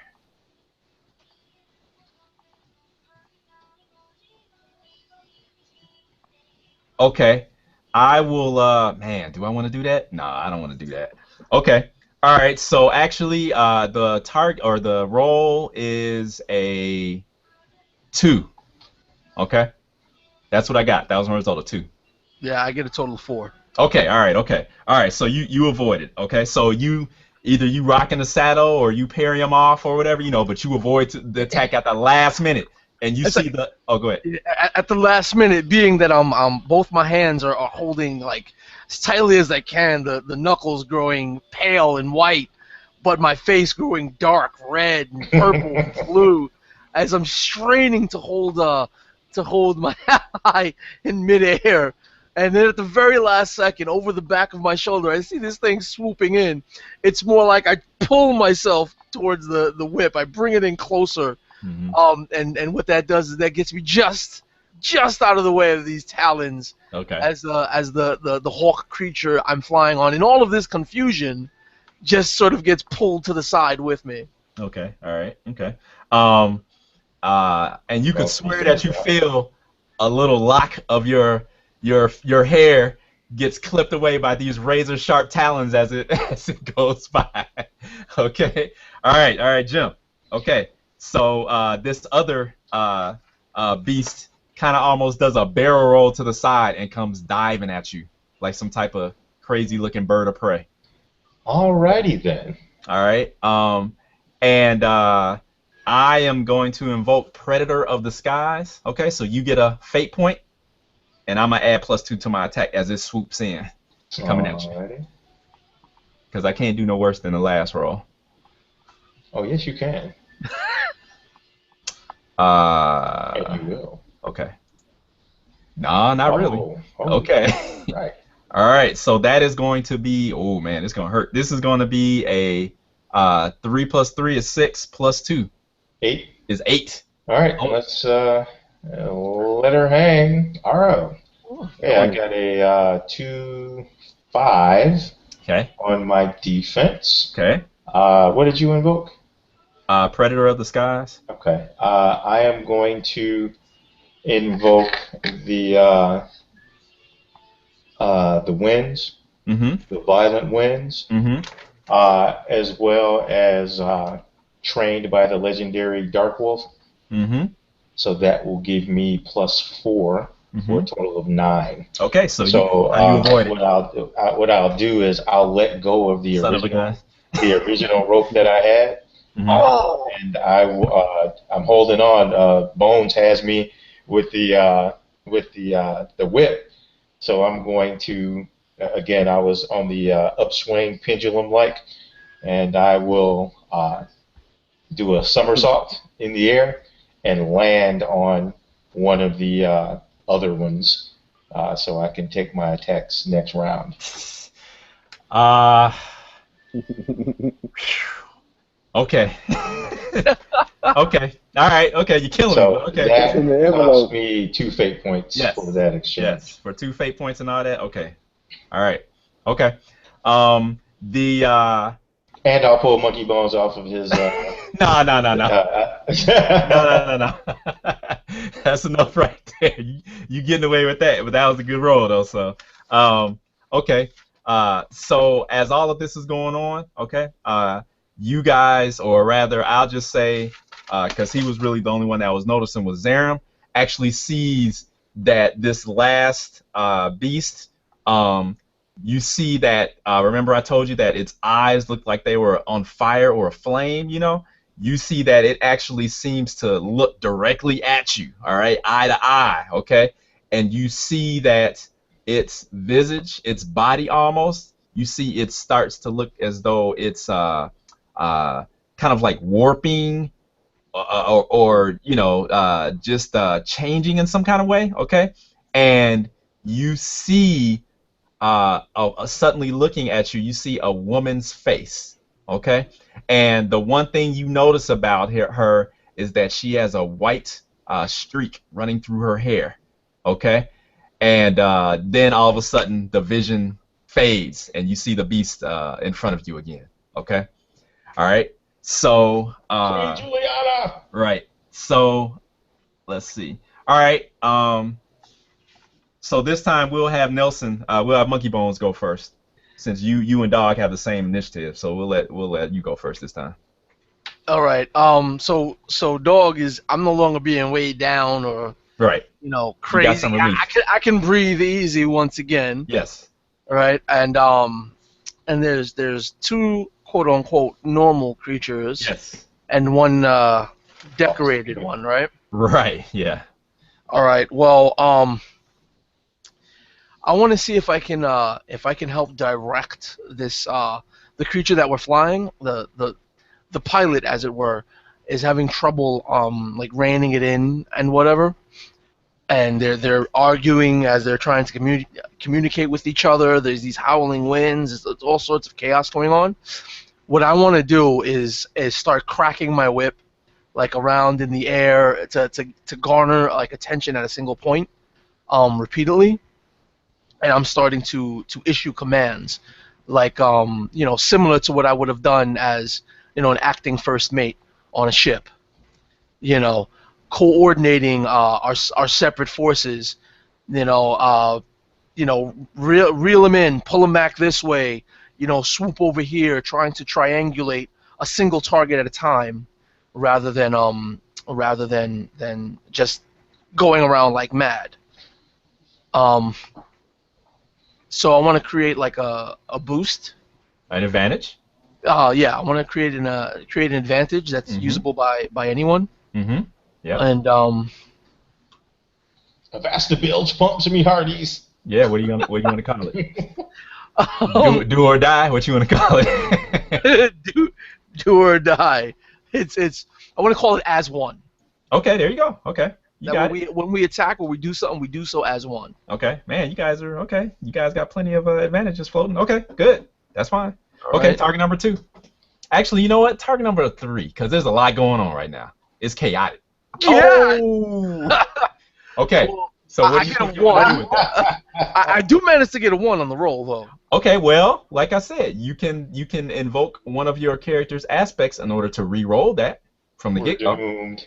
Because you can't roll any worse than that. So that may be the way to go. Or you can just say, I'm going to let it ride and see what happens. Your choice. You said the target number was 3? Yes, sir. Good We're God. doing- I'll spend a fate point to reroll. Okay, what aspect you using? Or invoking? That's The one of fact that yours. I'm One of your characters. No, the fact that I'm a heart-stealing sea rover of many talents, Mhm. being that I'm a sea rover of many talents, and I have, of course, used my skill to taking up the mantle of first officer, Okay, there you or go. what you would call first officer on a pirate ship. I'm used to commanding people and organizing raids. Okay, Nelson. things You got of it, the man. Come on. No, you're good. Oh, see? There you go. Oh, well, that's better. That's I get a just fine. 5. Oh, wow. There you go. Okay. So your target number is 3. You got a 5, you said? Yeah. Okay, cool. Okay, so that's a regular success. Okay, so you get 1 boost of, what'd you call it? As one. As 1. Yep. Okay. We're doomed. Good God. Now you guys are about to get out of this. Better. Okay. All right. So now, Dog. All right, so I landed on another one of the Death Flyers, Yes. whatever they are. Yes. And how far have we wandered far from the other guys? I'm going to try to No. steer him, You're Okay. still in the same zone. so I don't need to steer him back. You know what? You know what? That's a good idea. Get off my I stage. will. I will Get off my give you, stage. I will give you. Spotlight on me. Spotlight I on will me. give you a fate point, and we will say that You know what? No, it doesn't. It doesn't matter. I'm not trying to stretch this out. That's good though. No, you're in the same zone, so you can do it. Go ahead. Okay. Keep going. So Don't tempt me. I still have Monkey Bones' whip on my forearm, right? Well, he didn't let go, so I'm assuming that there is a little bit of slack on it, and something better happen, or either somebody's gonna have to let go, or. I was using my whip to crack, so wouldn't I have just Oh retrieved? yeah, okay, that's fine. Oh, Yep, so he there you pulled it go. out? Yes, he did. Pulled it back. Sorry. Yep. Yep. Not a problem. All right, so I am going to try to. Oh, scheisse. I am going to try to make a leap towards one of the other birds. The hawks. Okay. Yeah. All right. the What's hawks. going to happen is this creature is not going to. He is going to with his clawed feet. He is going to try to grasp and tangle you up so that you cannot leap. Okay? Sounds like my wife. So that's going to be an overcome. Okay. So he's All right. going to use his strength to hold you here, versus whatever you want to use to try to get loose and jump, which sounds like your dex. Yeah, it's going to be my agility-based leaping over towards one of the other birds. Okay. So. And I am going to. I'm not going to invoke anything. I'm just going to do it. I'm just going to hold you back. You're not going nowhere. 4. Not good. I got a what's that? -2 through 1. All right. All right. What you gonna do? You gonna stay here with me? No, I got a. No, I got this. I'm going to succeed at a major cost. Oh, okay. All right. Okay. So. All right. I got you. Hold on. No, I got something. I got something. So I leap away. Yes. And I missed the bird. Oh. And my outreached hand. Who's gonna grab my outreached hand? I will say the death flyer with the jewelry on grabs you. Oh, really? How about that for a major cost? I was hoping either Jay or Nelson would. Nah, that ain't no major cost. I've been through that. I can only do that once in a while. You know. What was the conclusion of the rider that I directed to get closer to the bird that dog was? That's good to go. Okay, so Yep, he's they were there for lining you, up. dog. He's there for you. He's lining up right next to you. Yep, he's trying to get close to him. Yeah, but so I jumped and I broke from the guy whose back I was riding. Yep. I was trying to hold on to me with his or her feet. Actually, you know what? Let me retcon a little bit. We won't say it's the one with all the headdress. We'll say it's one of the other death flyers that grabbed you because they were in the mix with you guys, so it makes sense. Okay? Okay. So as you jumped, you were just plucked in mid-leap is pretty much what it looked like. Okay. Okay? So that's your major cost for failing. Okay? So Jay can see what a major cost kind of looks like as opposed to a minor cost. Okay. All right, Jay, you're up, man. All right, what was the Say it conclusion of the last attack of the last round? Well, what you did was you created your trick shot and got it good to go. So you got that arrow drawn and ready. Okay. You saw that one death flyer has fallen out the sky. There are 2 regular ones left. Okay. And then you had that connection with the shaman or whatever it is, death flyer. Okay, that's kind of off in the distance a little bit. And you still see that because the giant hawks underneath you guys are just straight up panicking and stuff, that the hawk riders, the pilots as you want to call them, they're still like, barely keeping these beasts from just like going nuts. Okay? So that's what's happening. And then I guess you saw that Bones had regained his composure in his saddle and was basically barking orders at the riders too to try to get them to tighten up. So you guys are on the same page. Would Zaren know anything about the dynamics of these big birds? Like, are they afraid to go into tree canopies? Were they, or did they avoid any kind of like natural landscape? Did they avoid mountain areas, or like, is there anything I know about them as far as their habitat? You know, anything that might deter them from following us? Waterfalls. What? Tell me. What do you think? I don't know. I say, Yes. okay. Death flyers, you know, they definitely don't. Yeah, they don't like pure mineral waters. I guess you know Okay. they're definitely you know, there's something about that, or Okay. they're nervous about getting close to cliff sides and all that. They might have Okay. got picked off in the past and all that. That's So what fine. I'm gonna try to not knowing what to do in a physical situation like this, it's Mhm. got so out of control. I see it as a web of like a acrobatic circus in the air. Mhm. So I'm trying to think of a quick solution. So I turn to my rider, or the rider of the beast that's carrying me, Mhm. and direct him towards. I'm looking around to see if there's any cliff faces, anything that you know We'll that we'll we can. say that because you guys were over the Spirit Tongue Mire, which is more or less like a swampy type area, that you don't see any natural cliffs, but you do see down below looks like ruins of some sort. Mm. So that might work. Okay, does it look like there may be like half roofs? I mean, do I see like the Sure. ruins? Okay. So what I'm Yeah. gonna do is I'm gonna say, you know, Ryder, you Mhm. direct our party down. Direct. What would you call that? A brigade of birds? I don't A know. Okay. flight. A That's a flight, flight. flight, A flight. flock Yeah. of direct the flock to these ruins. We must find shelter to get these beast flyers, Okay. death flyers off of us. Okay. We must Now, find shelter quick. okay. All right. So he yells out an affirmative to you, and you can see his back strain as he like wrenches the reins, and you hear the hawk, Yeah, "Ah!" and yeah. you feel it shift. Now, did you still want to actually take any kind of other action Yeah, I during your wanna. turn? I'm gonna Because once y'all got a again. lot. Go Yeah, ahead. yeah, yeah. I'm thinking like I still want to take a shot at Okay. the bird that just lifted dog. Oh, Then, you want to get that one? Okay. Yeah, yeah. And Okay. then I said, "You're hopefully, not the boss of me."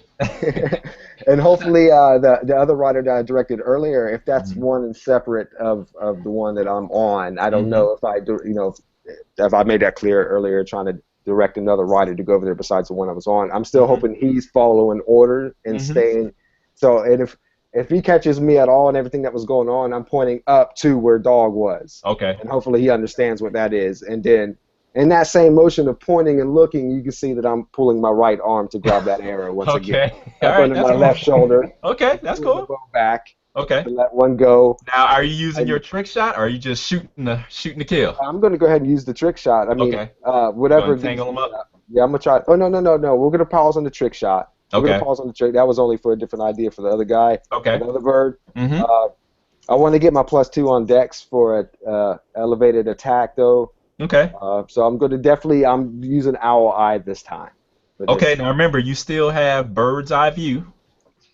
That's still there. That's more of that was a wisdom thing, wasn't it? Well, Or it was just like an aim shot, basically. I guess that's where I'm getting confused because some of my, I guess the way I made my stunts is really blended with my Well, what aspects. the So I'm way? getting like, Well, no, I I'm mean they're trying to kind of get the basic. biggest bonus, Well, So well, like, see, that you don't have to worry about that because your stunts are based upon your approaches, okay, and your approaches kind of make sense the way that your aspects are. So it's all yeah, kind of yeah, intertwined.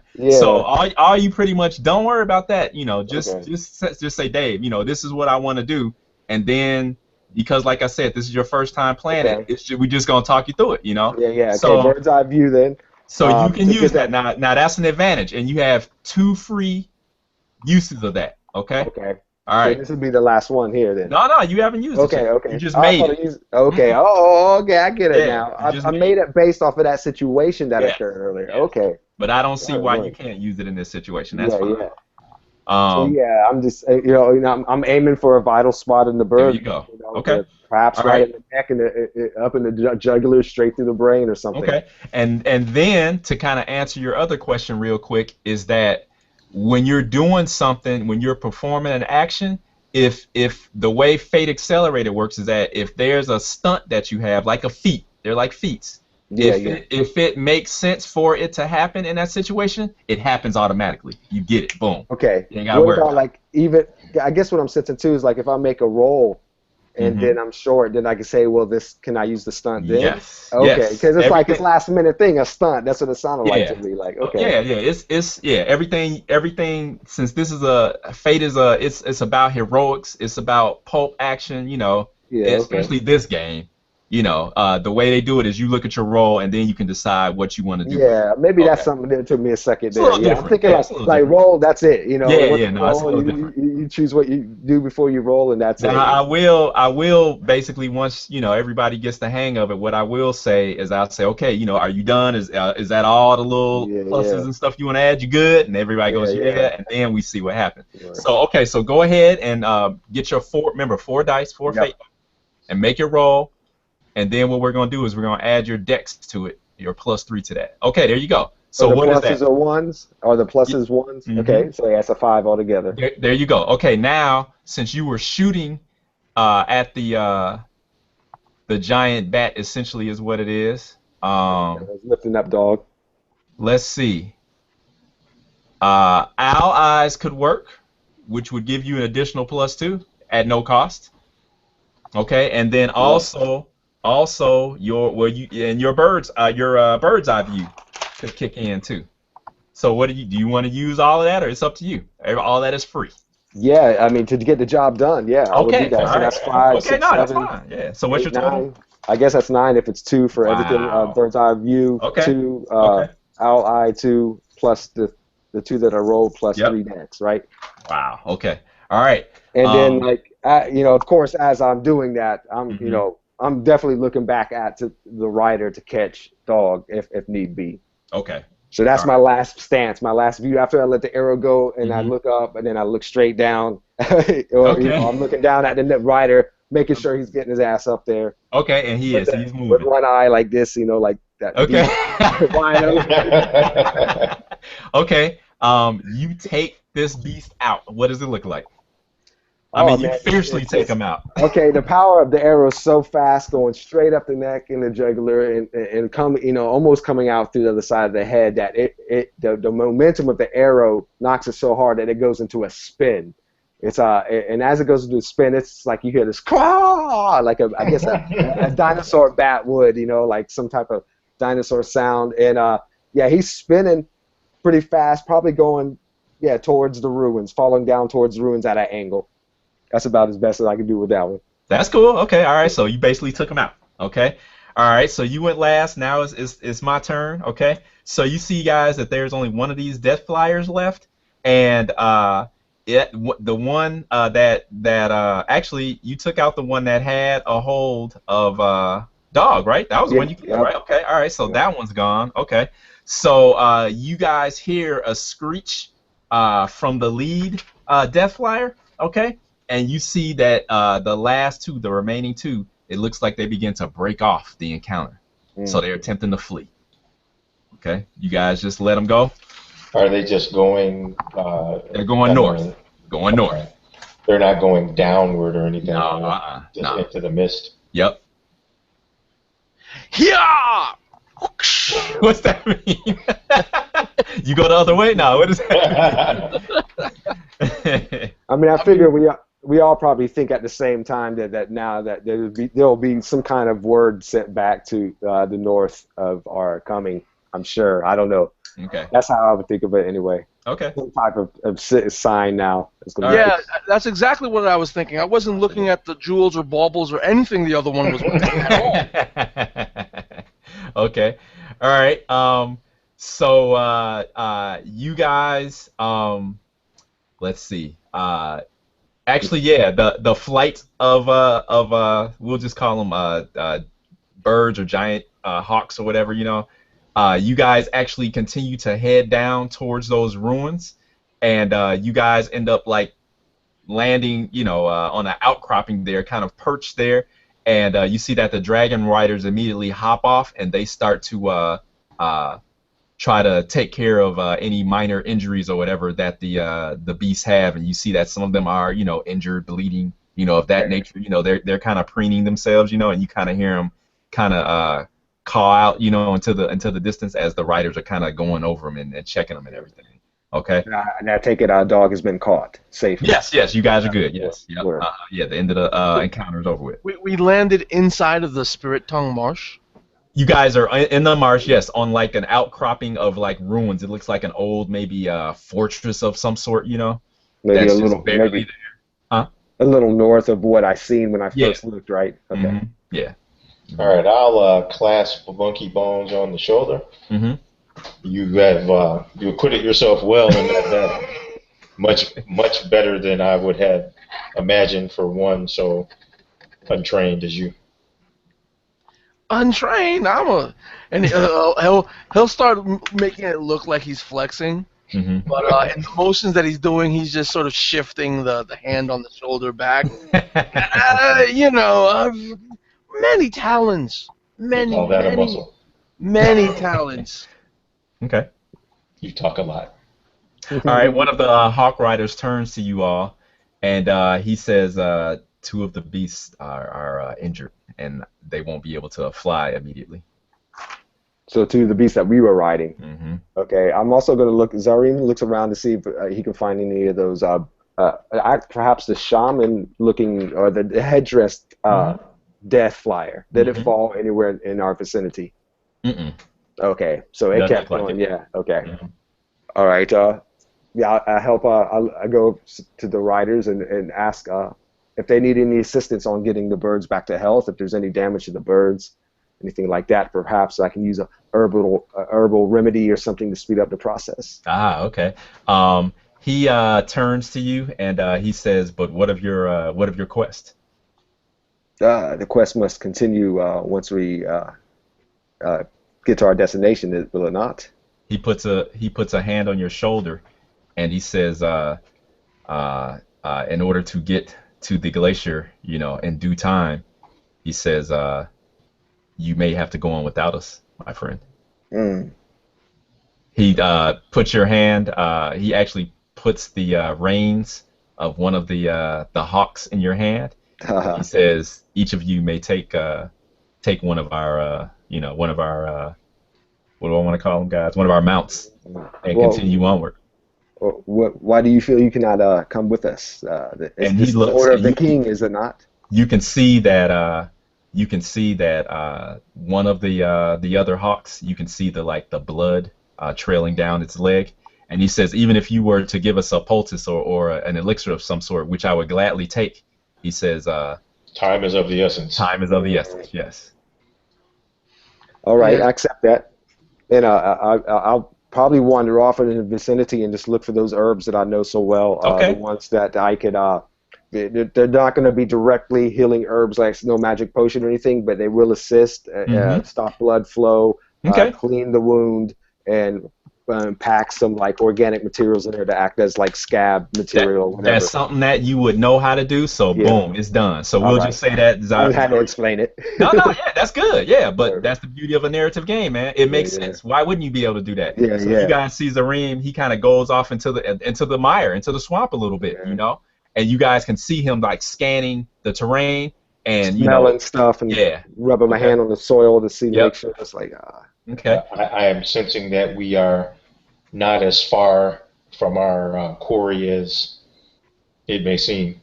As you say that, you hear the rumble of thunder in the air in the distance, okay? And See, you feel suddenly, actually, an unnaturally cold wind, just a gust just kind of comes through, kind of chills you a little bit, in order to like verify what you just said. Don't you wish you were wearing a jacket like me? I'll It's made out of flex. silk, so it's not all that heavy. I don't even have a shirt on. Kind of flex my 42 pack stomach. Mhm. I say, do you sense that ill wind has the stink of sorcery? Like as he says that, you see Monkey Bones rifling about in inside of his jacket, inside of his vest, going from left to right, as if he's looking for something Mhm. important. And he'll pull out from his jacket eventually is a bottle of wine, Mhm. which somehow nobody knows exactly when he took from the king's chambers. Okay. Okay. And he'll pop open the bottle of wine. He'll take a quick swig, Hmm. and then he'll hand it over to the riders Okay. that say, we have to go on without them. Hmm.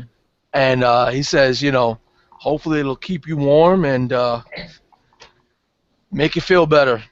Okay. He You said, guys are gonna need this more than us now. okay. He kind of nods at you, and you see he kind of looks out over the swamp, and he Hmm. kind of shivers a little bit, and then takes a deep long swig of the wine, and then hands it to one of his other guys, and they kind of pass it around and everything. Um, while Zaren is out there on the moors gathering up all these herbs and everything, uh, you seem to hear almost like voices on the wind, and you also feel that gust of Yeah. unnaturally cold because you guys, this is south. It's not like super well, it's very temperate. It's hot. And for you to feel that, you're like, man, that does not make sense. That's not normal. Yeah. That's not the way of the world. Something is going on. And you also hear that, like the rumble of thunder, in the distance. Zaren has a thought real quick. As he had grew up in an outcast situation, he really did not take to left or right of the great war between fire and ice. He Mm-hmm. just knows that in his understanding of nature, as he's thinking all this to himself. He's trying to Mm-hmm. rectify his crime in the past and Mm-hmm. trying to figure out ways to deal with that now, while also by maybe the path of healing. And he's like, he thinks to himself once again, like the nature and the balance and how perhaps the energies of fire and ice should come together to stabilize our world. And so he does not understand the war and the separation between the two elements all of a sudden, and he finds a deep conviction in his heart now to if he's going to be involved with this quest to represent that idea of the fire and ice coming together Okay. to recreate this land in a better sense. I know that's probably naive. That's the first thing troubled man that committed murder that would not accept his own action do. He'd be naive into thinking he can make it better somehow, Mm-hmm. So he He's might young not, too, right? yeah, he might not Mm-hmm. understand how It's deep young. this war is, Mm-hmm. but to him it makes sense. It's two natural elements of the land. He's an outcast, so he knows that he didn't subscribe to any one teaching of both lands. He feels that those things should be brought together anyway, and it's unnatural that they're separated. It's a greater evil that they're Okay. separated. Okay. That's So he interesting. gathers his herbs that he found Mm-hmm. and comes back and starts packing away into the animal and cleaning Okay. and yeah. Okay. All right. Cool. Okay.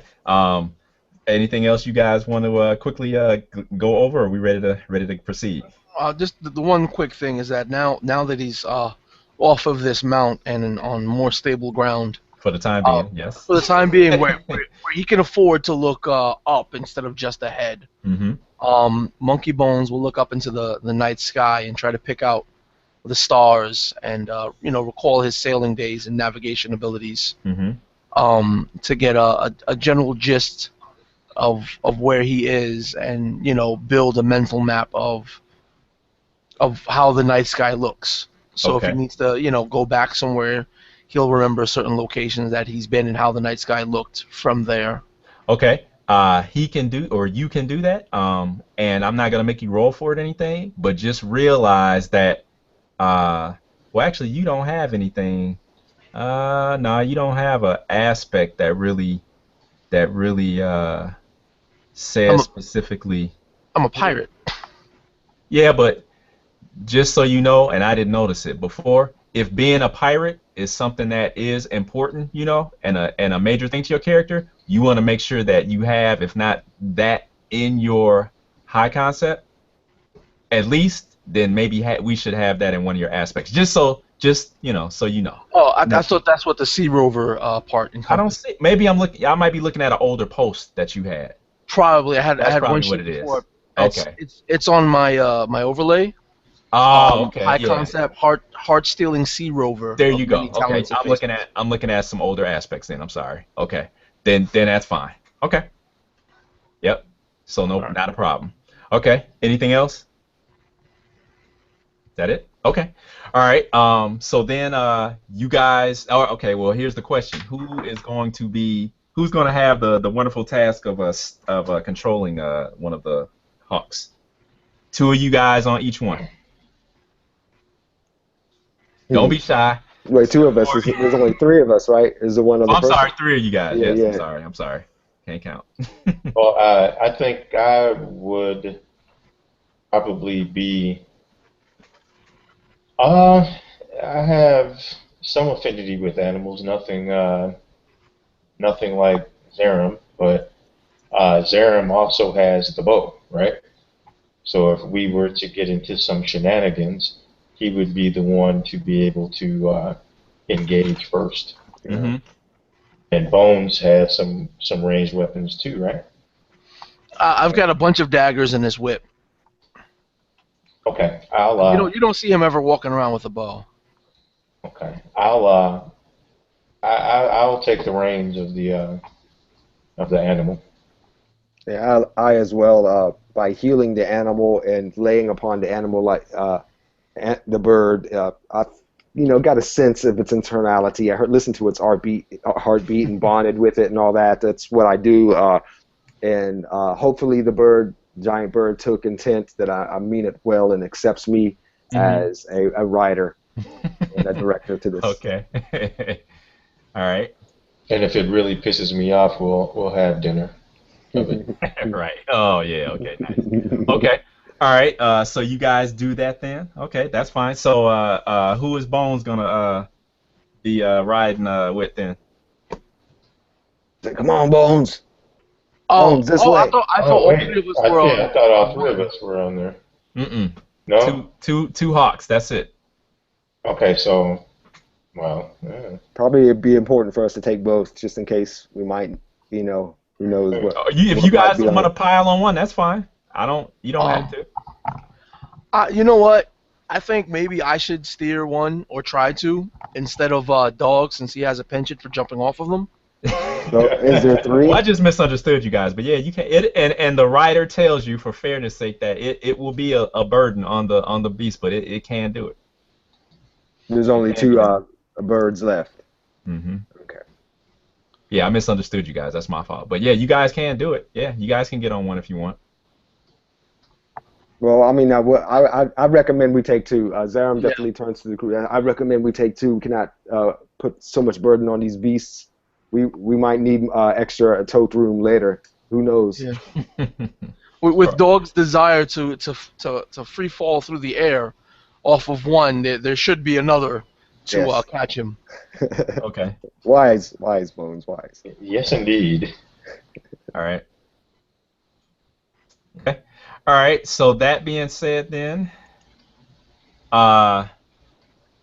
you guys kind of with a little bit of with bare minimum of instruction from the Hawk Riders, you guys kind of take to the skies again, and after a few kind of like tense moments, you guys kind of feel a little more comfortable as you guys and the beast kind of get a rhythm going, and you guys start eating up the miles. Okay, and you guys see the swamp pretty much, vanish as you traverse it. You guys stop briefly just to gather some water and to stretch your legs in the kava forest. Okay, and after that, shortly, you guys realize that your next stop is to cross the Nithar Steppes, and then there is Ice Peak ahead of you. Okay? So we're in the copper forest now, going to cross these steps. Yeah.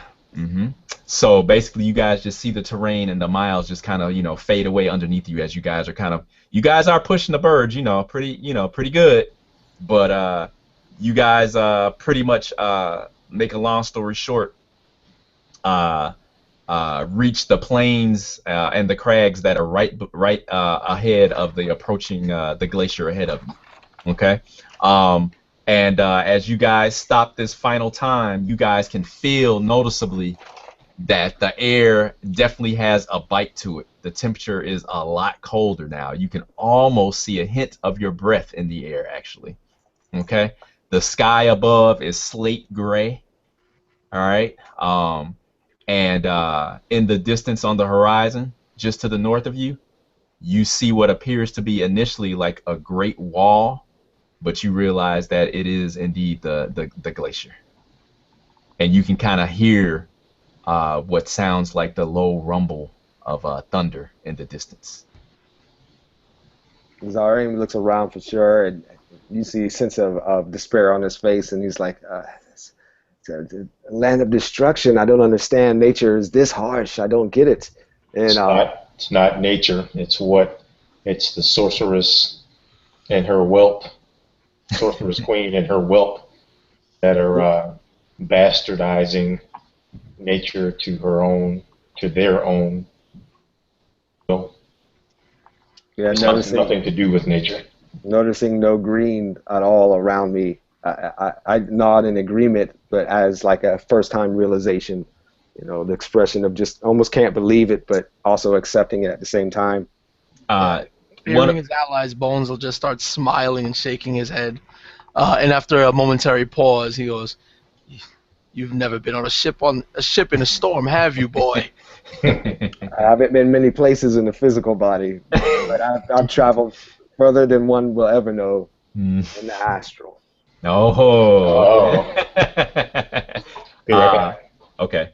One of the hawks cries out, and you guys see a thin plume or column of smoke kind of drifting up, into the sky a little bit in the distance. And you guys know that looks like no, campfire. It must be a lot larger than that in order to create that much smoke.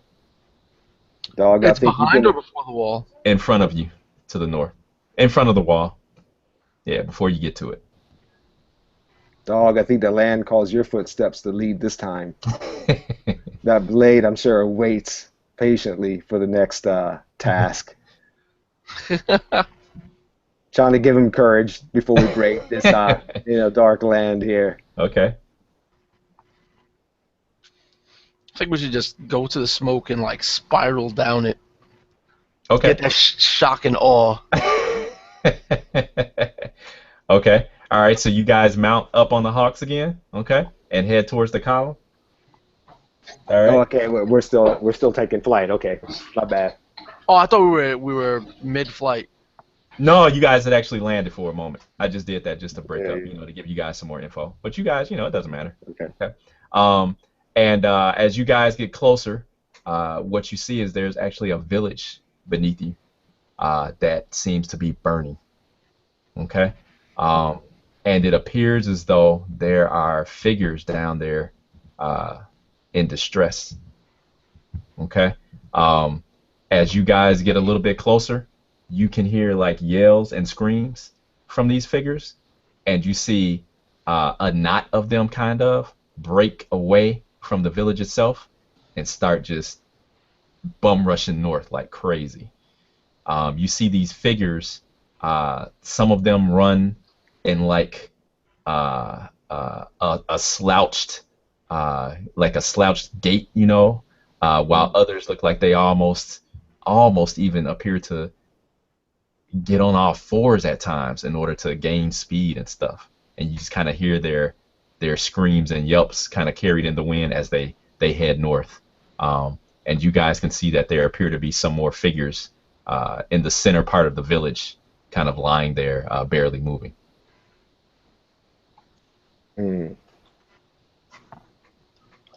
Unexperienced in these matters, I am. So it is the Witch Queen. Well, Monkey Bones, he's seen a raid, or he's been in a raid, or a I've experienced a raid of a form in my past. Yeah, you know what that is.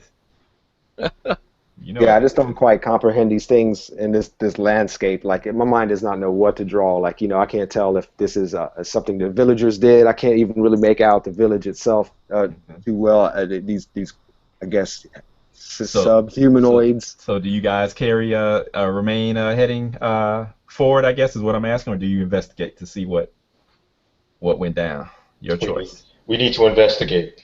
Yeah, I was looking to Ah, the older brothers of my party Oh, here. So okay. yeah, Okay. Monkey Bones will sigh. Ah.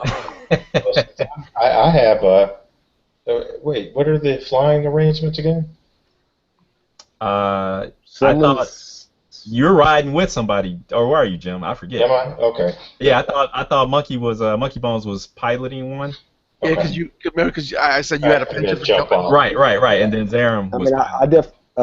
Zaram definitely takes Dog's word serious to heart Hmm. from some of the natural experiences we had in the wilds and all that and surviving. So if he points and say we must go down, Okay. I'll follow. I'll definitely ride. If he's with me, I'll definitely go to land, and I'll kind of be looking at you, Dog, going trying to point and sum up where I should land based around what's going on. Okay. Well, hopefully we can get something useful out of this. Okay. And I start trying to talk to explaining certain things about a raid. Okay. You know, Okay. it's the one I'm seeing from how it was described looks chaotic. It doesn't look very organized. Hmm. It just looks like the strong guy is beating up on the weaker one right now. Hmm. If you as soon And as you there's point that out, yeah my intent and investment probably grows a little bit more into the situation, another chance to rectify maybe some of my past deeds. yeah Oh, okay. and I got you. Okay. some like one of the suggestions that I make is again because Dog has a penchant for jumping off of these giant birds. Maybe we can swoop down and have Dog barrel off in the ground, taking as many of these as he can, and you and I can harass them uh, with swooping attacks individually Well, with birds. as you guys get within a certain range, maybe stone's throw, the figures they see you, uh, they hear the cries from the hawks, and see these things kind of like just swooping out of the sky, and they bolt. Like I said, they peel off and head as a small knot of them or whatever. They head north. You see trailing behind them with their whatever ill-gotten gains they have. They don't give you guys any kind of uh uh wow, I can't think of the word. They don't resist or anything. They flee. Yeah, they just And you run. see, yeah, and All as right, you so guys, oh, go ahead. wait, when they're fleeing, Hmm. are they gaining ground faster than we can fly? No, no. I'd say I want to pick one up and bring them back to the village Okay, all and right. like drop it in. You said the village is on fire, right? Yeah, there are structures, huts and stuff that are definitely aflame. Yep, Well, and you can see that there are. You don't know if they're alive or not, but you definitely see bodies scattered about. all right, but there was people running away too, right? Yeah, Yes. I look at your bones and on your bird if we're close enough, and I yell, you know, uh, forget those. Let's look at who might have survived. And I point down to the ones laying on the ground. All right. I mean, you can go back, but I want to snatch one up and I want to bring I just one think that they back. might already be submissive to or questioning if they're half alive versus trying to tackle some live ones. But go Okay. ahead, that's too Oh much no, the metagaming ones on going the ones on the on. ground look like the creatures that were raiding, or the ones on the ground look like the victims. All right. Here's Uh, what I'm gonna do. okay. I'm gonna jump off and land on the Save the ground. day, man. Okay. I'm gonna spend a fate point, Mhm. and since I was trained by the legendary Dark Wolf, Mhm. I'm going to snatch one of the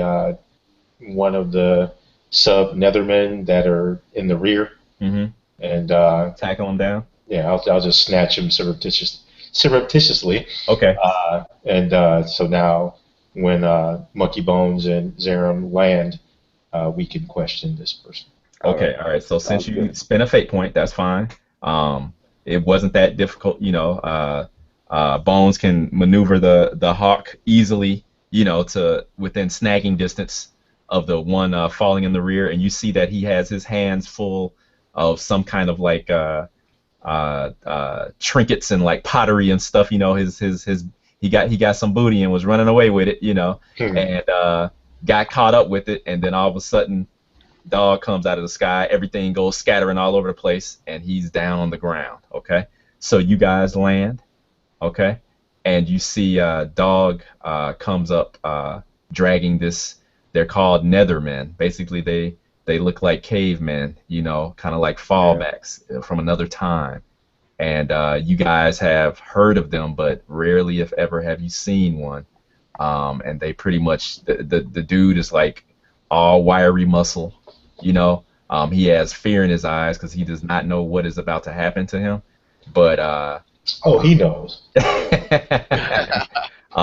you see that he is not in a good situation.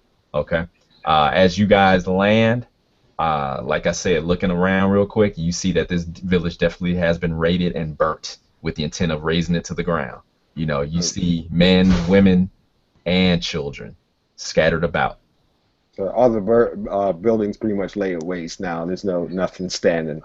There's some like the shells of some that have been standing, but they Okay. definitely have been gone through and stuff thrown out, thrown Yeah. around. You know, they weren't nice about it at all. That's not what they're known for. They will be made to learn to survive in the wilds if they are to survive at all.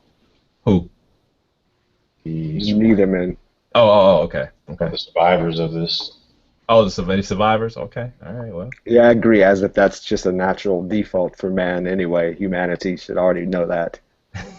All right, next time something goes down and somebody throws you guys out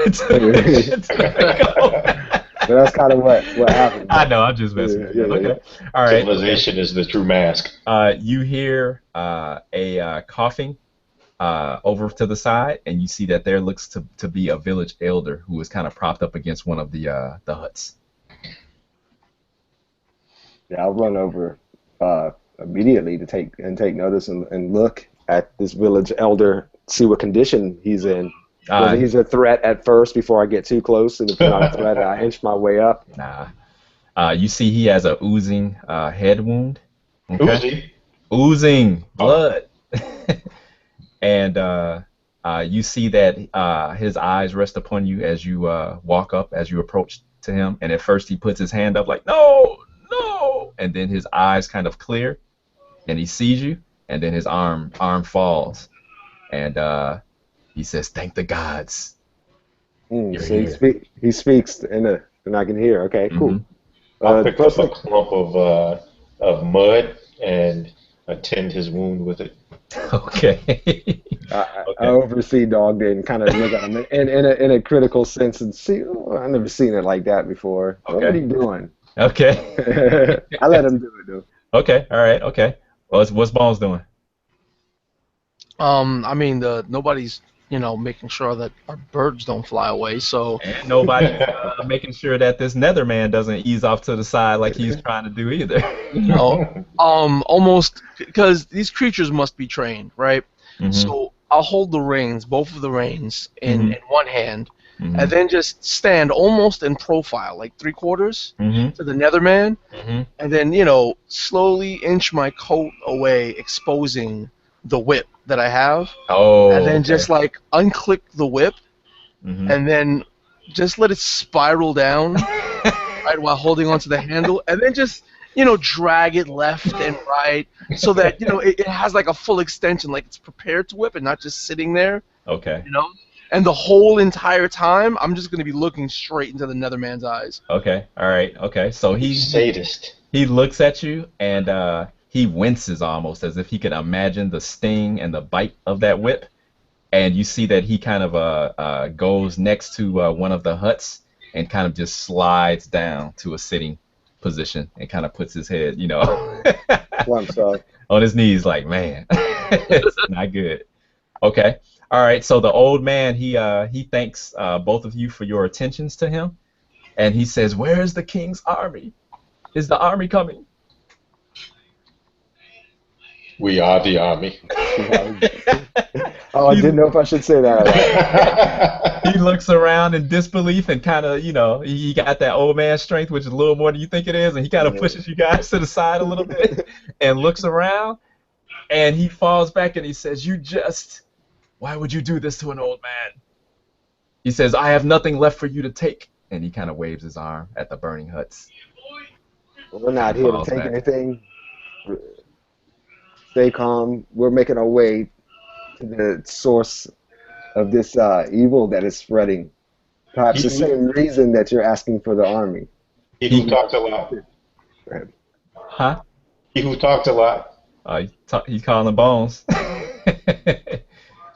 The old man grabs your arm, okay, and he pulls you a little bit closer to him, and he looks in Zaren. He looks in your eyes, Yeah. and he says, "You're going to slay the Sorcerer Queen and her son, then?" That is our attempt. Yes. He kind of looks to the Our side conviction. and looks over at looks over at Bones. Then he looks over at Dog, and then he looks at you again. You fool! What madness is this? He says, how do you plan to do this deed? He kind of sits back again. I'm following my instinct. I know that's not what you want to hear, but that is all I have left. He says, lift me up, quickly. I give him a hand, definitely. Okay, all right. He makes his way towards one of the huts, and you see he kind of enters, and he falls to his knees, and you see he pushes like a thatch kind of like rug, to the side, and starts moving dirt out of the way. And then after a moment, you hear him say, "Ah, yes!" And he pulls out like a urn out of the ground, and with shaking hands, wrinkled hands, he breaks the wax seal around it, and he reaches inside and he pulls out a scroll. Okay, and he says, "Take this, and this will aid you in your quest of madness." Okay, so who takes it? Yeah, who would take this? Bone shows up. Yeah. He's got the intel for No, it. unfortunately, I got two birds and a prisoner I'll to go ahead watch and all take by it. myself. So Well, Zaren is kind of Yeah, I'll go ahead and kind of grab a hold of it. mystical, Okay. right? I mean, I don't practice any mystical arts myself, but I've been raised enough to probably recognize some types of writings or symbols to That whether makes sense. to know if it's You're raised by that snakes. it could Bogus or have not? practice. Yeah, it could have some magic properties or not, Okay. or maybe I can make out the Okay. messages on it. You see that there is a seal on the scroll, and you see the stamp on the seal. You recognize it as a mystic or magical, an arcane rune, a sorcerer's Okay. rune of sorts. So you know that when you break that seal on that scroll, you got to use it, or that's it. Okay, and I look at the old man and I say, I don't know your name, but what is this? Should I open it? Is this dangerous? He puts his hand up and he says, "No." He says, "Open it only when you are ready, when you are in the presence of the in the sorcerer queen's lair." He says, "Then you must read it. It will break her tie, her bind, her control, and bring her lair down upon her." That is all? Just a scroll? A reading of a What scroll? gibberish is this? oh, good God, I'm not there. He says, "This scroll holds power untold. I have been saving it for just this time, as the gods told me in my dreams." I take the scroll for sure. And, kind of confused on the old man, thinking that it's this simple. It just doesn't make sense to me. But I take his word for that's all I can take right now. There's nothing else to work with. Okay. And I go, yes, I will. I'll try this if no other way works. Okay. All right. Okay. He says, "I have nothing else to give you." And dog, are you with me? I am here. No, I didn't know if he was standing in the same area or whatever. No, I'm giving you your spotlight time. I'm in the area, but I'm not listening. Okay. I'm not in your scene. I'll Okay. let you call me. You need me to be there? Yeah. Nah. I don't know. I had a feeling that you were already there. So. Okay. I let So- you have your secret meetings with old men. Yeah. So at that, the old man kind of falls back, and he says, "Now go and let me rest." And he kind of waves you out. Yeah, I see no other reason to stay in there. Okay. Let the man, find his way out the best Okay. way possible. With a head injury. You know how this is gonna go down now. Come on now. Okay. All right. So yeah. I just I leave and take it to the group and tell Mm-hmm. them about the scroll. I say, look here, we have a possible way to defeat this queen, this evil queen, Mm-hmm. Lord of the Ice, Juliana, Mm-hmm. uh, and explain the best. It's like we cannot open this now. Well, I don't really know, but this might seem to be our only hope or only chance. If Okay. might cannot do it, magic may have to handle our quest here. Okay. Plan B. Okay. All right. Uh, what else you guys want to do before I we walk. move on?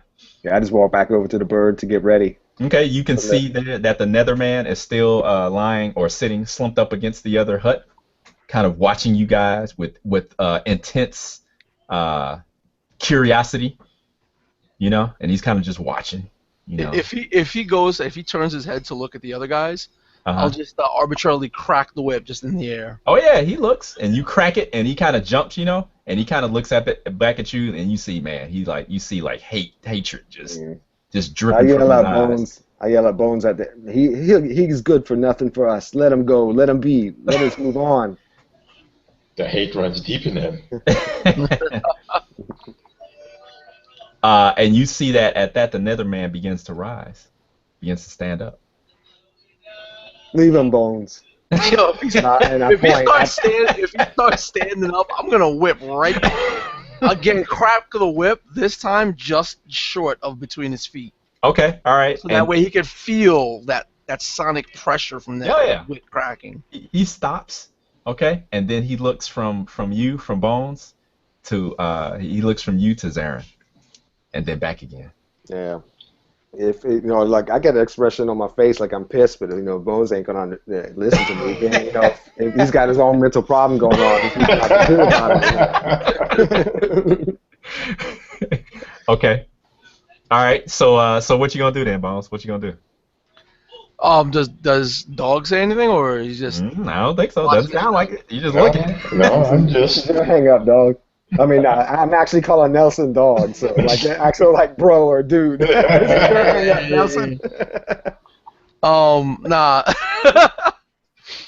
What you call yeah, Bones will look over at his allies, and then he'll just crack a smile, Mm-hmm. looking at Zaren, because Zaren is youthful, but obviously he has his convictions, and this is one of them. Mm-hmm.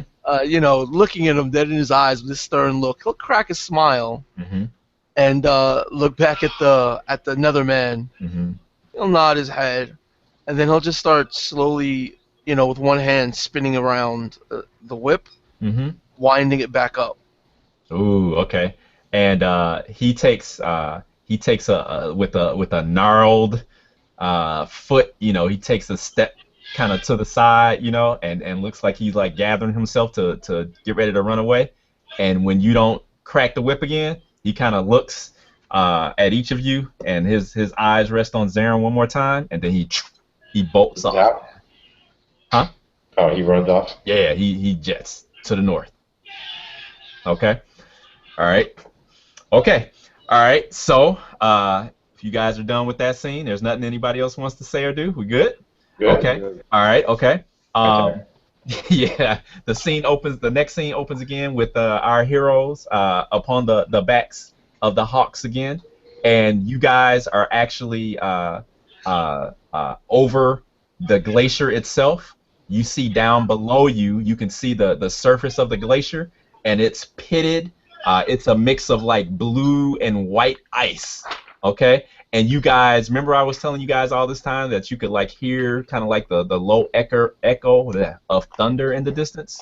Well, Yeah. it turns out that this wasn't thunder at all. It's the Mm. sound of the glacier crawling over the land, as it basically crushes trees and rocks underneath its immense weight, and you can like hear the rumble and the cracking of the glacier as it just like folds itself over the terrain and moves. Okay, and you can see that the surface of it, you can see that it buckles in certain areas, and collapses upon itself. You see that there are like all types of what do you want to call them?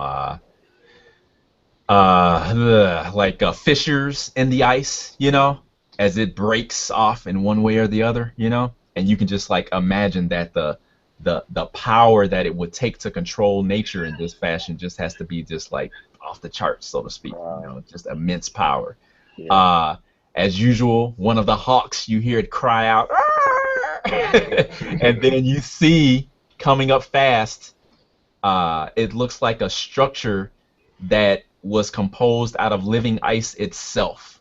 You know, it's actually, as you get closer, you can see that it appears to be almost like a misshapen, a skull almost, composed entirely out of ice. And it's almost as if the skull itself is wearing like a jagged crown of some sort. Okay? And you see that through the eyes of this skull, it looks like there's some kind of creatures that kind of like fly through the eyes. Near flying beasts. Okay. All right. Beasts. Gird your loins for battle. Down below you, you can see that there are. Somebody needs to mute. There are. Thank you. There are small like settlements scattered about, and you can tell that those are like Nethermen settlements that are down below you.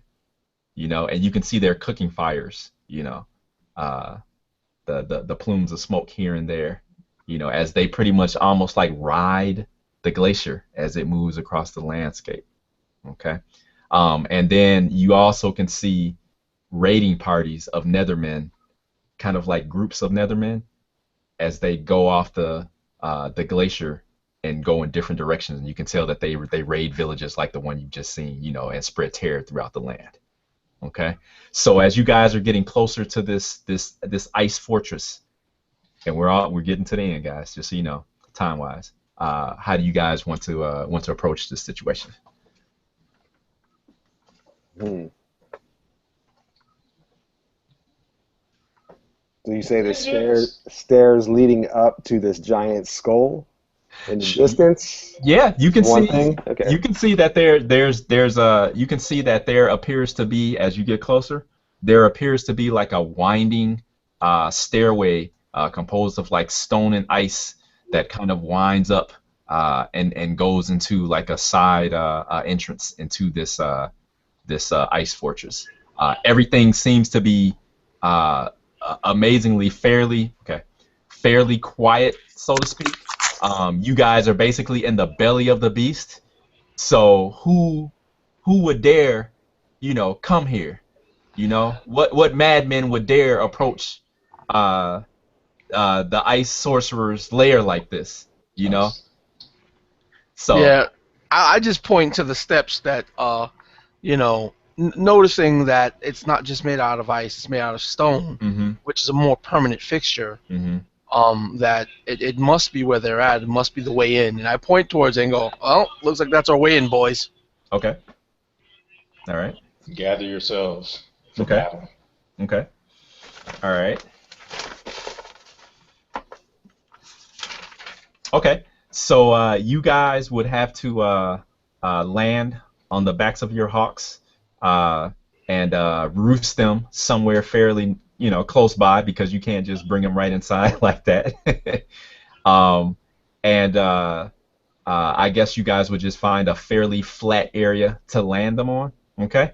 And do you guys try to secure them some kind of way, or do you basically look at them longingly and assume you'll never see them again and let them go, or what do you guys do? Oh, they ain't going nowhere. I need to ride out of here. Okay. All right. Yeah, unfortunately, my friend, we probably will not be leaving. Let the beasts go. Let them at least have I'll a- look, raise an eyebrow. I'm like, maybe you might not be leaving, but you know. Monkey bones for life. Oh, life? Okay. All right. You guys see that as you guys head towards the base of this winding stair, that there appears to be there looks like there's a pair of Nethermen near the top, which is easily a good 40 feet up. okay, where there seems to be the doorway or the entrance, the arched entrance inside, there appears to be a number of guards, Netherman guards, standing there, kind of leaning heavily on their spears, just kind of blankly looking out, towards the distance.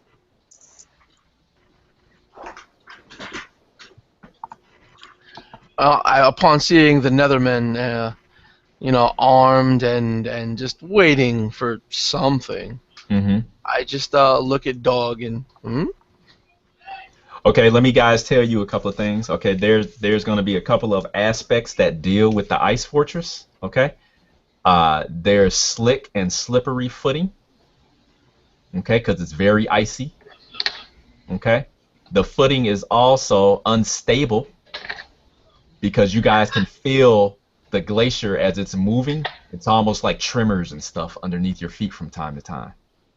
Okay, and then there is a mist that is like hanging, over the surface of the glacier, so it's reduced vision. okay. Well, knowing that, before walking all the distance to get there, I would have Hmm. Monkey Bones would have taken off his head kerchief or whatever it's Yep. called. Yep. Um, I forget right now, Okay. and use one of his daggers to cut it Hmm. lengthwise in the Hmm. middle, Hmm. and then wrap it around his feet Ah, okay. All Ah, right. nice. Okay. so that he has better footing. Okay. Hopefully, basically I'm going to try to create a boost I could use later just in Go case ahead. the slippery thing comes in. Do your thing. What are you going to use to roll it? I'd say that makes sense as a wisdom thing. Okay, there you go. Okay. Target number 2. Well, I think I have a +1 wisdom. Okay. All right, so Yeah. you did it. Okay. All right. So you create it, and with a tie, I believe you get 1 free invoke of that. All right. Okay. So Call it leg wraps or foot wraps or. foot wraps. Okay. I'll try something similar. Wearing since You're barefoot too? well, I got leather moccasins that Well, no, I'm like. not. That's I'm fine. not. I'm not barefoot, but it's a slippery Well, surface, so Oh, cloth okay. Okay, go would ahead. give a better footing than something that's harder. Okay, go ahead. I'm sorry. Go ahead, Jay. yeah, I didn't really know if it was gonna be a bonus thing or not. I'm just saying, like, leather moccasins on, I could really feel, just like I have bare feet almost. Okay. But at the same time, my whole style of balancing and all that, which is let me get my character sheet again. I guess you could say derivative from Born in the Wilds. And Walks with Panthers actually is what I've been forgetting about. Okay. That balance that I've learned from riding on the backs of the Panthers and the squatting style, though I can kind of, same thing I did with the birds, Mm-hmm. and also the moccasins giving me a sense of bare feet. I try to use all that to keep my footing as best as possible. Okay, well, it's not a thing where you're automatically at disadvantage. It's just Okay. something that could possibly be a problem. Okay. Or if you can think of a way to use that as your advantage, remember, you can do that too. Yeah. Yeah. Okay, all right. Okay. Okay. So I think you were gone, Jay, but basically you guys are almost at the foot of this winding stair that like goes up the side of like the fortress, basically the skull's head, Okay. and goes into almost like a ear entrance is what it kind of looks like. And Bones pointed out that there were 2 Nethermen spearmen that were guarding that entrance. Okay, and it's pretty crazy because I was telling the guys while you were gone that you guys are pretty much in like the belly of the beast. So Yeah. there's not a lot of action going on. You guys don't see Nethermen, around every corner in this area where you are, because who would be crazy enough to come in here, Yeah. and show their face in here? Yeah. Okay. So So mhm. I was about to say, I look at both of my brothers here and say, diplomacy or straight talk. And I tap my arrow, to get the suggestion whether I should pick off these Nethermen Mhm. or if we think, with a hesitant and almost sarcastic look on my face, or if I say, Bones diplomacy. Okay. I tap my arrow at the same time. Well, you have the eye of the owl. Do Yeah. you see anyone that stands out? Do you see the queen or her whelp anywhere within Yeah. the assemblage? Okay, yeah, I'm gonna I guess what do you say, invoke bird's eye view. Okay, And well, the lift, bird's eye view is okay. Let me tell you. yeah, if So, I'm levitated, yeah. well, no, So no, no, if no, I'm not elevated, I not mean. just that, but that was a totally different scene. Okay, okay, So all of those aspects are gone. You guys are okay. creating new ones now if you want to use them in this new, because we're basically in the realm of the Ice-Sorcerer right now. So Yeah, it's a totally different scene than that. Okay, okay. so Well, we're I guess starting almost from scratch, kind of with that. okay.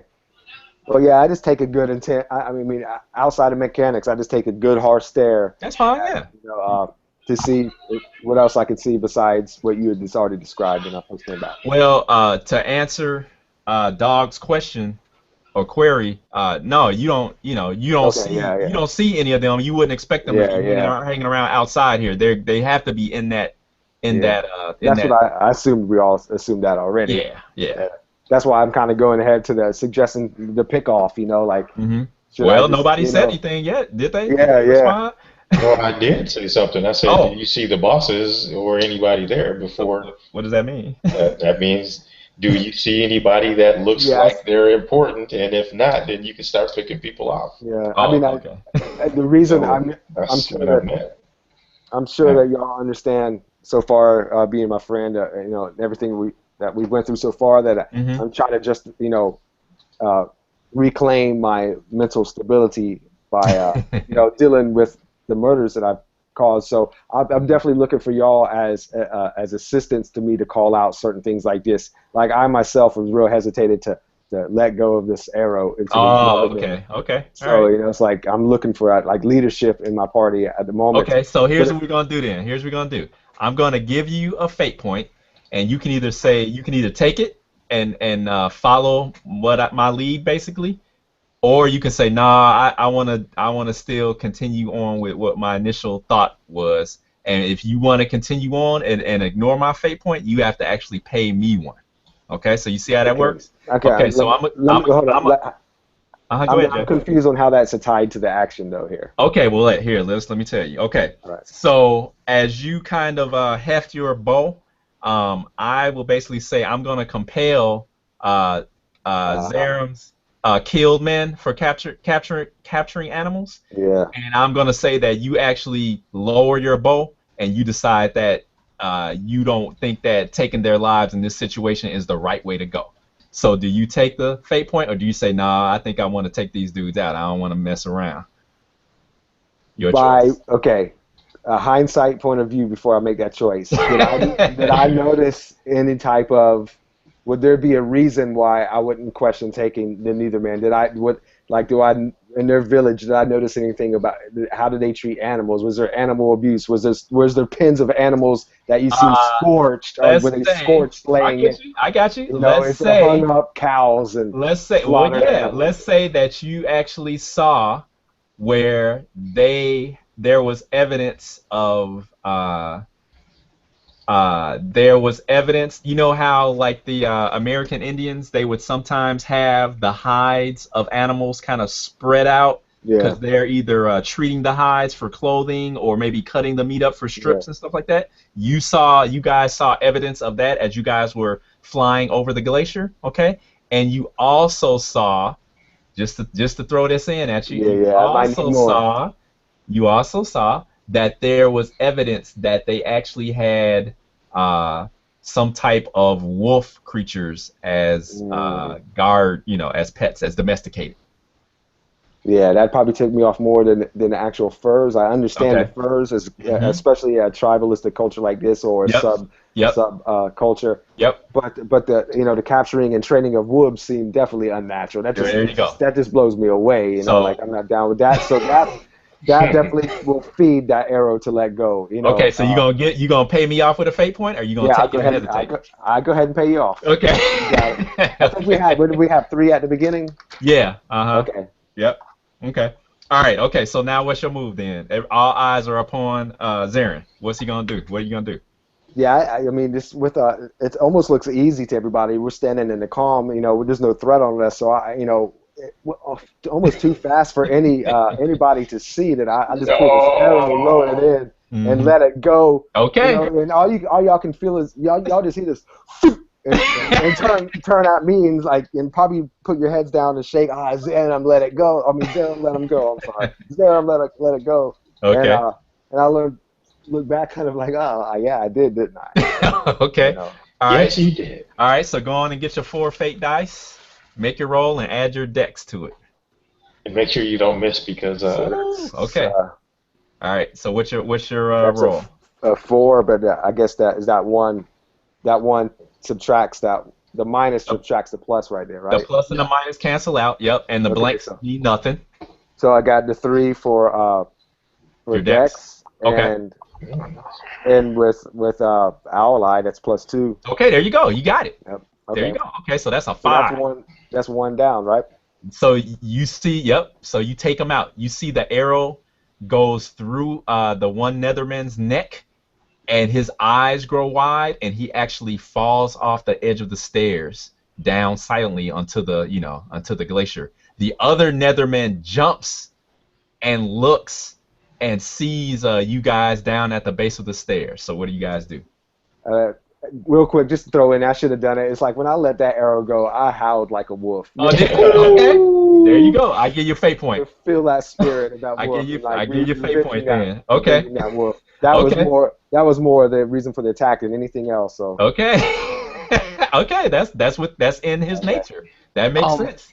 Yes. When he lets that arrow out, and then I see the thing go thunk. Yep. Into the Netherman, and I noticed that the others jump.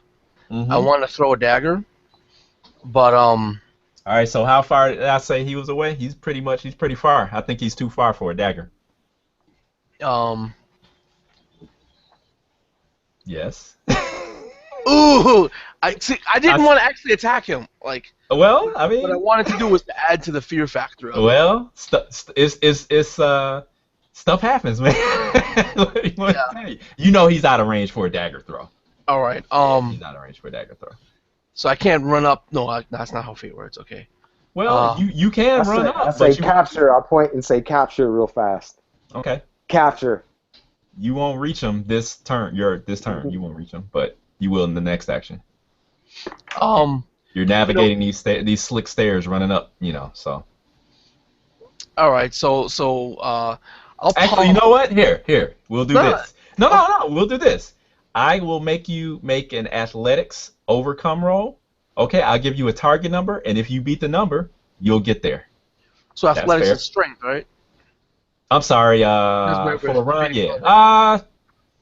Yes, it is. Yep, it sure is. Yep. Yes, it is. Oh, yeah. So you said athletics, and I'm tagging on D20. I know, but strength is athletics, though. Yeah, and D20 language. And what was the target roll? Do you want to do it or not, man? Oh, I thought you said I was gonna do. No, what I wanted to do is I'm giving you the option if you want to do it. I wanted to palm a dagger. Yeah. Right. Yeah. And then with the sack of coins that I was given. Yeah. Take a coin out and start just rotating it in my fingers. Yeah. In front of me, like right in front of me. Yeah. And have the dagger behind my back. Yeah. And sort of walk up and look like I'm just marveling at this gold coin, this bullion, this booty. Uh-huh. As I calmly walk up the stairs to create the advantage surprise attack. Well, you aren't going to be able to get a surprise attack because the arrow's already been shot, so that's not going to work. Well, for me, I don't have a visible weapon, and apparently I saw them raiding, so they like jewelry. Mm-hmm. They like shiny things and things of value. Okay, let me put it this way: you can still create and you're right, you can still create an advantage called surprise attack, but he is, the surprise will be the fact that he doesn't see the dagger that's in your hand. That's where the surprise comes in. No, that was the point. Okay, yeah, I understand. Yeah, or misdirection. Fine. That's fine. Okay. So what would that be? Wisdom or intelligence? Can it be charisma? No, because you're not talking to him. Yeah. I guess it'd just be like wisdom because it's more like street smarts because it's just like, well, they were raiding, so apparently they must be greedy, right? Okay, there you go. I'm gonna appeal to their discerning sensibility. Okay. Okay. So it will be a target number of 2. Yeah. Spend That's some not fate gonna points, work dude. out. Yeah, I'm gonna spend a fate point. What do I have? You know what? I Yeah. want to. I want to see if I could. I want to invoke my trouble. Why pay for what you could just take? Yeah. How does that Because work? well, because I'm a man who understands greed. Yeah. And I'm trying to appeal to their greed, to Okay. their need to raid and take and Okay. steal and pillage. Okay. And Okay. knowing this. Okay. Okay, okay, I can't keep You describing. got I it, mean, You man. You got sold it. me already. We're all good. right, Okay, so what does that give you? it gives me a total of 3. Okay, so you do it. Okay, all right. So go ahead. You have sneak attack, and you have 1 free invoke at that. Okay. All All right. So right. you guys see Bones start making his way, not real quickly, but purposefully up the stairs. Okay, as he's coming towards the Netherman, and just so you guys know, the Netherman has his eyes have locked on the shiny gold coin. That Bones is kind of flipping around in his over his hand, over his fingers, and you can see it glinting in the overcast light. Okay. All right. So what are you guys? Well, actually, what's Dog doing since you haven't acted or said anything yet? Well, I was going to make my way towards the stone, the skull. Now, Yeah. do you understand? You guys, the skull is basically the keep. Okay. Right. Right. And you guys are at the base of it. Okay. And then the stairway winds around and actually goes in like where one of the ear holes would be. Then I took out one of the Nethermen that One of was the in Nethermen. front Yeah. of the actual entrance to Right. the ear Right. hole. Correct. Okay. And Monkey Bones was running towards there, right? Yeah, he's going up the stairs now. Kind of at a Okay. light, not a jog, but yeah, he's making his way up. All right. I'm going to go that way too, except I'm going to run ahead and engage Okay. whomever I can. Okay. All right. All right. Do you want to force the run to get up there now, or do you just want to take get up there on the next turn? Uh, I could force the run to get up there now. Okay. All right. Okay. So that is going to be a strength check. Okay. And it is going to be a target number of 3 base. Okay. And then I am going to give you a fate point as I invoke what I say, slippery footing or whatever. Yep. Yeah. Yeah. So your target number is going to be 5. Okay. Okay. So Bones, you see Dog sprint out ahead of you, taking the steps 2 and 3 at a time with his spear in hand, right? Yeah, I have Yeah. a dual bladed Yeah. staff. His dual bladed staff. I'm sorry, in hand.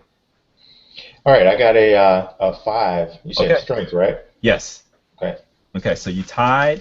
So then that means that you succeed with a minor cost. Yep. Okay. All right. Okay.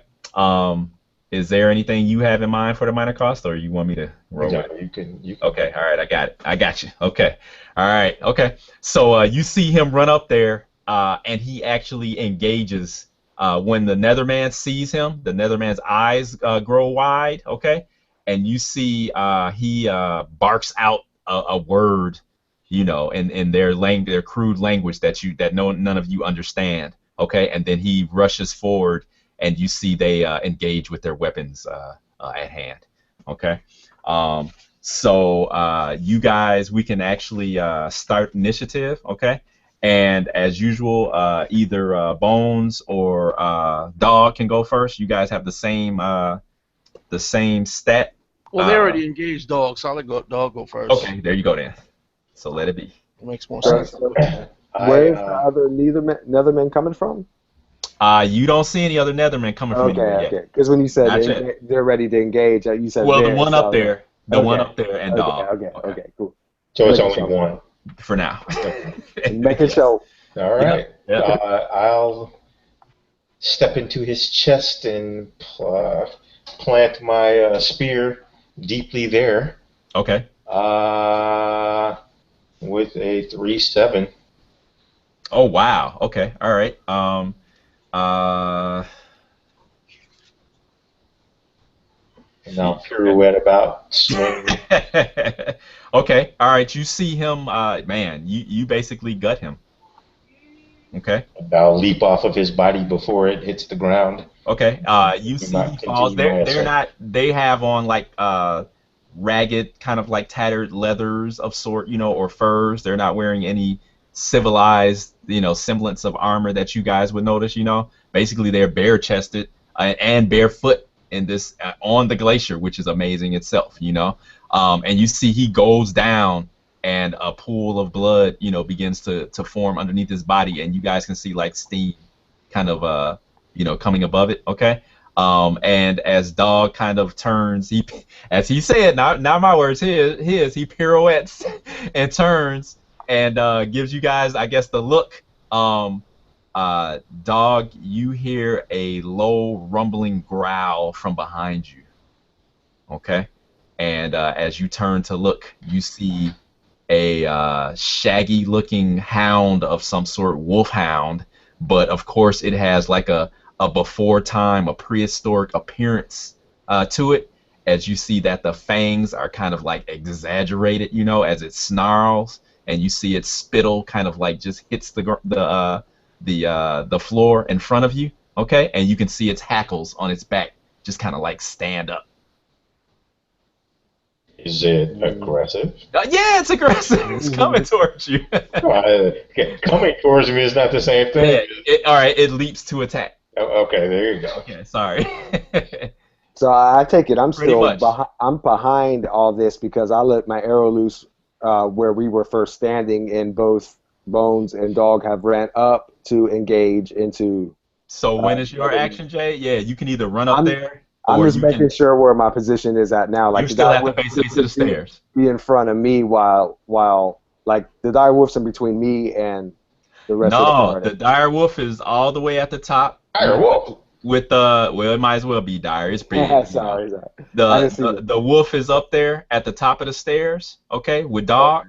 Then kind of like a little further than midway is Bones, and then you're Okay. still near the bottom. Nice. Okay. Okay. All right. Okay. That's all. Go ahead, Dog. Okay. All right. So Bones, it's your action. Yeah, the dire wolf. You said the dire wolf leaps Yeah. You down see- from atop the stairs down the stairs. No. You see it. You see this wolf come from out of the entryway that you guys were headed towards, and apparently the Netherman must have called his pet. Is basically what happened. Okay. And you see it leaps, and it's going towards Dog's throat. How does someone No. have a pet that's more powerful than they are? Have you ever had a mastiff? Or it happens. It Get a happens. pit. Right. It's Tear easy. your throat out. Hey, Like, I'm at least- it's I'm all at about least- dominance, baby. That's all it's about. It ain't about strength, I'm at least level about 3 strength. real life. Stop playing. strength and personality. Okay. So, check it out. You said that it's leaping for his throat, right? Yeah, it's coming towards him. Yep. When it does that, Yes.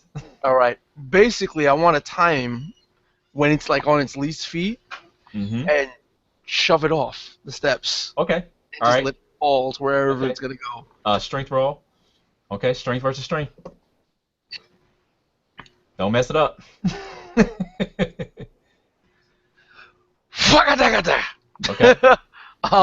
Yeah, I want to use my invocation of my boost. Speak with some authority in your voice. What you say? Yeah, all right. So what I'm gonna use Mhm. is I'm gonna use both of my boosts that I created, which was the foot wraps Mm-hmm. and the sneak attack, Mm-hmm. to give myself a bonus to that, and they both give me what, a +2, right? Mm-hmm. So I would have a total of 5 right Okay. now. And then you use those free ones up, right? Freebies up. Yeah, those are the two Okay. freebies. Okay. The All right. So what's your total? 5. Okay. All right. So we good with that? Let me roll. Okay. I am going to. I have a 4. Okay. I am going to give Bones a fate point, and I am going to invoke still the slick and slippery footing. And even though you have your foot wraps on, it seems like under the weight and the fury of this massive wolf, You just can't quite make it happen. Okay? Man, keep your fate points. Take one of mine. Nah, let him get. Let him. You gonna pay me off? You can pay me off. Let No, them- give it. Okay, all right. I don't care. Give it. Okay. let David get rough with us. Okay.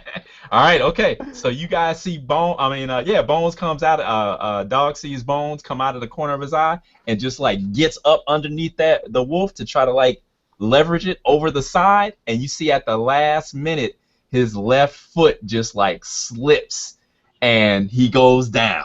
Okay. All right. Well, I don't go down. Well, you don't go That's down, but you lose your you don't do it. You're not able to do it. Okay. Stealing my it's moment of glory. Okay, all right. So then, Jay, All right. save yeah. the day, man. What you gonna Okay. do? Seeing this so I guess Bones tumbling almost, even though he don't want to He's admit struggling. He's struggling. it. He tumbling off the stairs. That's how I see it. I swear. Nah. And okay. So I'm gonna just do my basic attack on this wolf. And, Okay.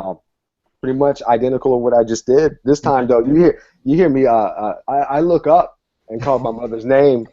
Umi Sophia, this one's for you. You got to bring your mother into this. Yep. I Okay. it's something to myself. I don't think anybody can hear that. And yeah, I pull this arrow back, aiming directly behind the head of this wolf beast that I've never seen before. I feel is unnatural. This exploitation of the normal wolves that I would have protected myself. Is that the case? Is this beast, this wolf? It's look natural. Yeah, it's natural. It's but natural. It's feral, but it's natural. Okay, see, that's weird then, So yeah, it's kind of a contradicting characteristic right here. But since he is on the attack of my brothers here, I will let one go. So, well, it's still a little bit of honor there. That Okay. it's definitely a threat. Okay, Dice Stream is not staying open. Okay. Stay open. Okay, there we go. Yeah, you got a target number of 2 because Okay. Bones got him tied up. So yeah, this is a quick straight attack as I let it go, and that will be. Okay, that cancels out. Yeah. So. Did I get extra? I guess, see, I haven't used any fate points yet outside of what you call them for. Nope, So you have your owl eyes will kick in. Yeah, that's what I was going to use. I just feel like I need something on top of that. And your dex will give you. Okay, that's a 5. Okay, so you got 2 over, so that's a success. Oh, wow. Okay, I thought it would be a little tougher. No. Bones got him tied up right now. Okay. So you only needed what did I say? I forgot 2 or 3. I think you said 2. Okay. Yeah. So and you rolled a 5. No, I rolled. I mean, what's your total? canceled Not out. what you rolled. What's your my total? dex and my ally is a 5. Okay, so that's a success with style. Yeah. So, but it doesn't matter because you take it out. You see that Alright. the arrow, you can describe it if you want to, but you take it down. Yeah, there's not much there to see. It's so quick. Once again, an arrow to the back of the neck of a wolf beast like that. Mhm. It just, it's an instant death, and it goes limp. And actually, as it goes limp, it just slumps down onto the ice stairs, and it just slides off the ice stairs, Okay. each bump at a time, like you see. That was about the most humane death you could have given it. Yeah. Anyway. Okay. And the blood, of course, stains those stairs now, frozen. Okay. All right. Okay. So you guys recover yourselves, and you find yourselves in that entryway. Okay. No worse for the wear. That's how you do it. Let's go. Okay. All right. Because it's getting late, I'm gonna kind of push you guys along a little bit, so forgive me. But you guys hear what sounds to be almost like chanting going on. The echoes of chanting, and as you creep through the twisty halls and the corridors of this fortress, you guys come upon a scene where you guys see your target, Nekron himself, sprawled upon a throne made out of ice.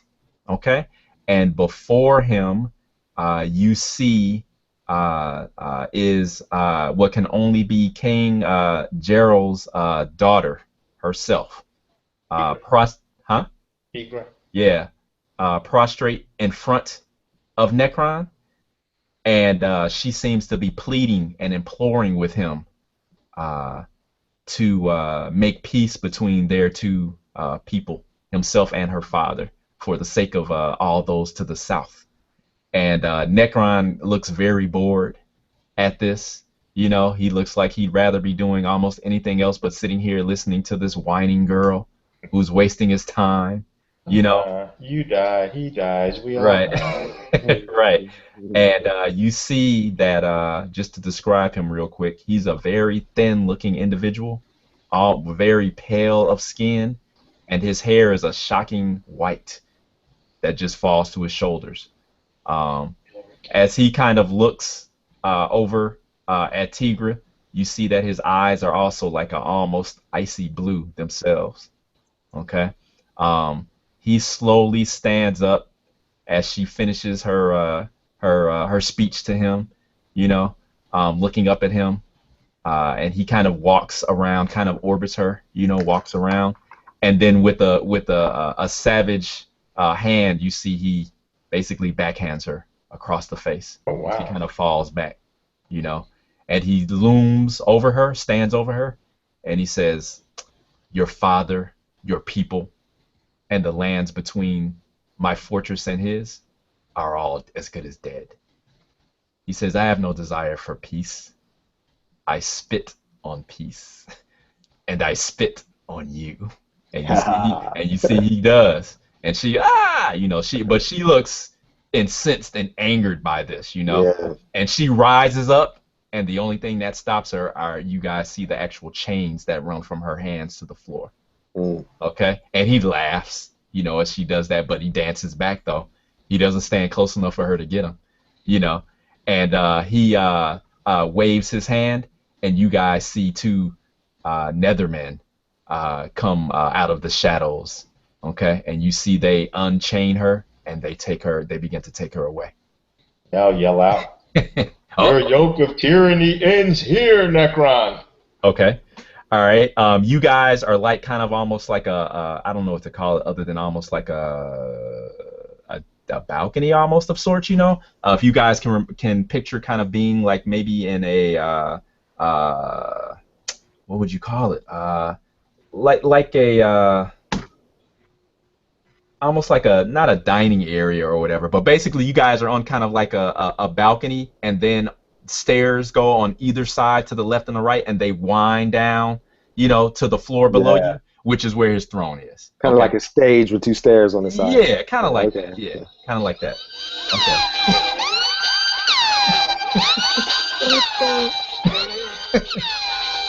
It's my theme Okay. music. Okay. All right. Okay.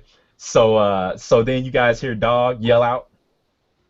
Okay. So what are you Yep. guys gonna do? Because now there is no surprise thanks to dog. So. Yeah, I think about how close did I have to be in order to perhaps try this scroll. So I look at dog and try to get his attention and tap my pouch where the scroll's hanging out. I say, "Get me close." Okay. All right, I'll jump off the balcony.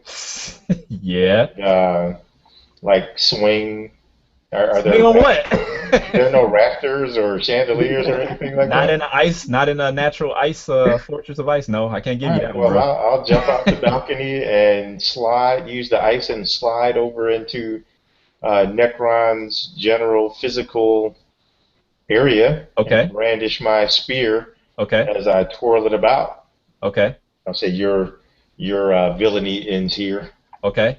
All right. Then Nelson, what's Bones doing? Man. Ain't no Um, backstab in movies. Come on now. yo, he's the king of ice, so that's not gonna work. So, so I don't know what you had Bones, in mind, but okay. Bones will start walking down these spiral stairs to where he belongs, to where the the the ice dude is. Mm-hmm. Yeah. And you see, you said there was no chandeliers, and you know, No. how can I use my combat panache without chandeliers? You know, Because you can slide down the stair rail if you want, or you can do. I mean, you know, I'll put it okay. this way: just because I didn't say it's not just because I didn't say it's not there doesn't mean that it's not necessarily there. You guys just have to kind of picture. That's why I try to give you guys a visual. Yeah, yeah. Within that, whatever makes sense, go for it. I'm not gonna, you guys go Okay, for it. yeah. You got some narrative narrative I don't know. control. The visual that I got with those stairs was that the Mhm. spiraling stairs were almost like horns, like ram's horns, Okay, there you go. so Yeah. that the steps looked like the divisions in the horn. So I didn't Yes. picture them with any rails. Okay, that's fine, but you still, if you want to, because everything is slick and slippery, you could still slide if you want to, and just use it to your advantage before I get to use it against you. I gotta pay a fate point for that. I need my fate point to kill him. Well, okay, well, there you go. But yeah, now he'll start walking down and just look on to his left and to his right, Okay. looking like he's marveling at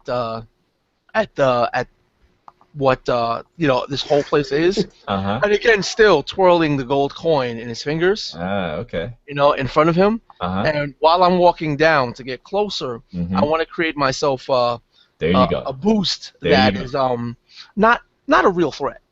Oh, okay, there you go. Okay. So what is that going to be based off of?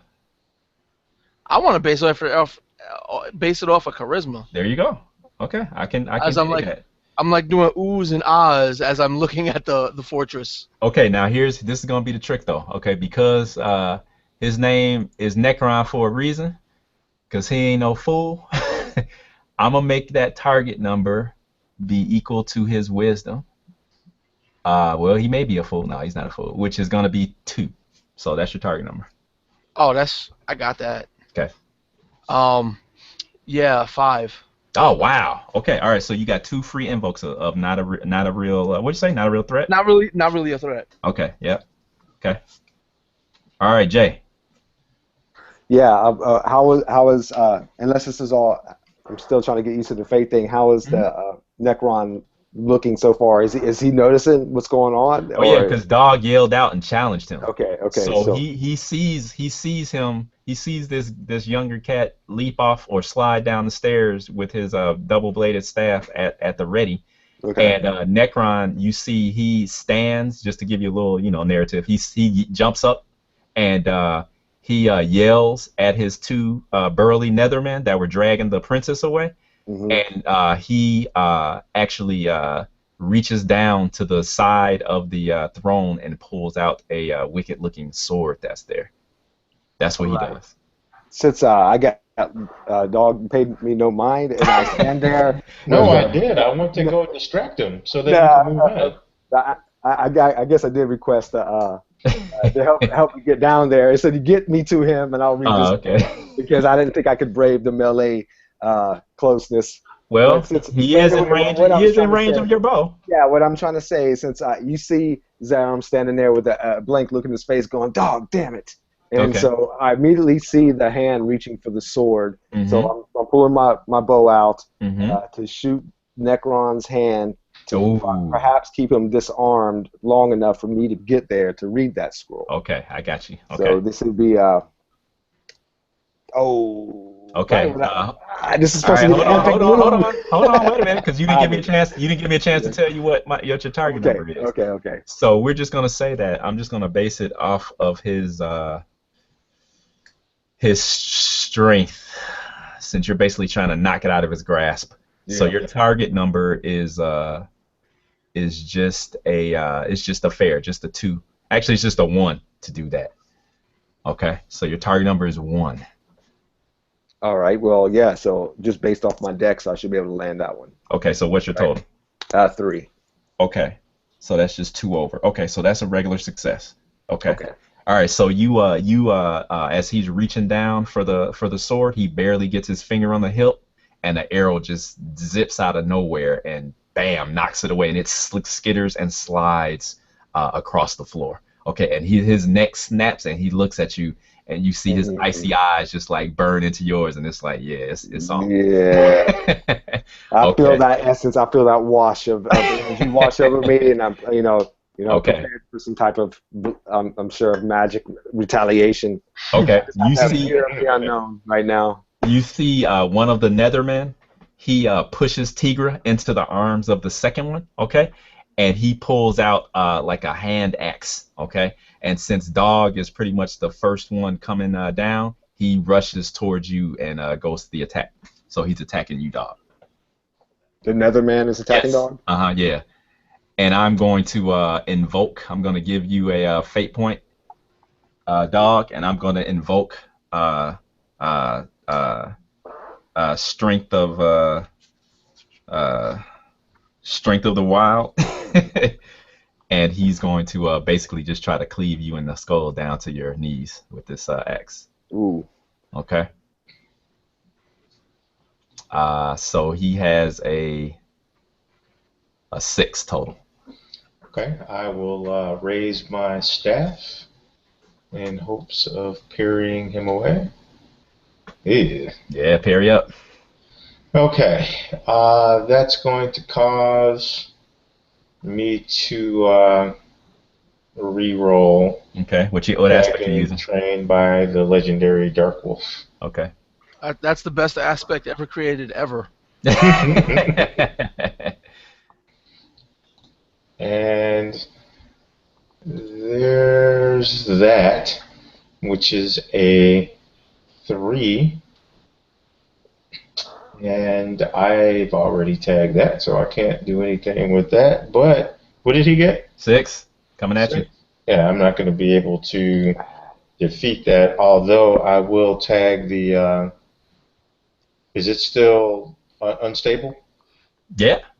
Okay, I'll tag the unstable for a fate point. For a fate point to ruin his footing a bit, giving me +2.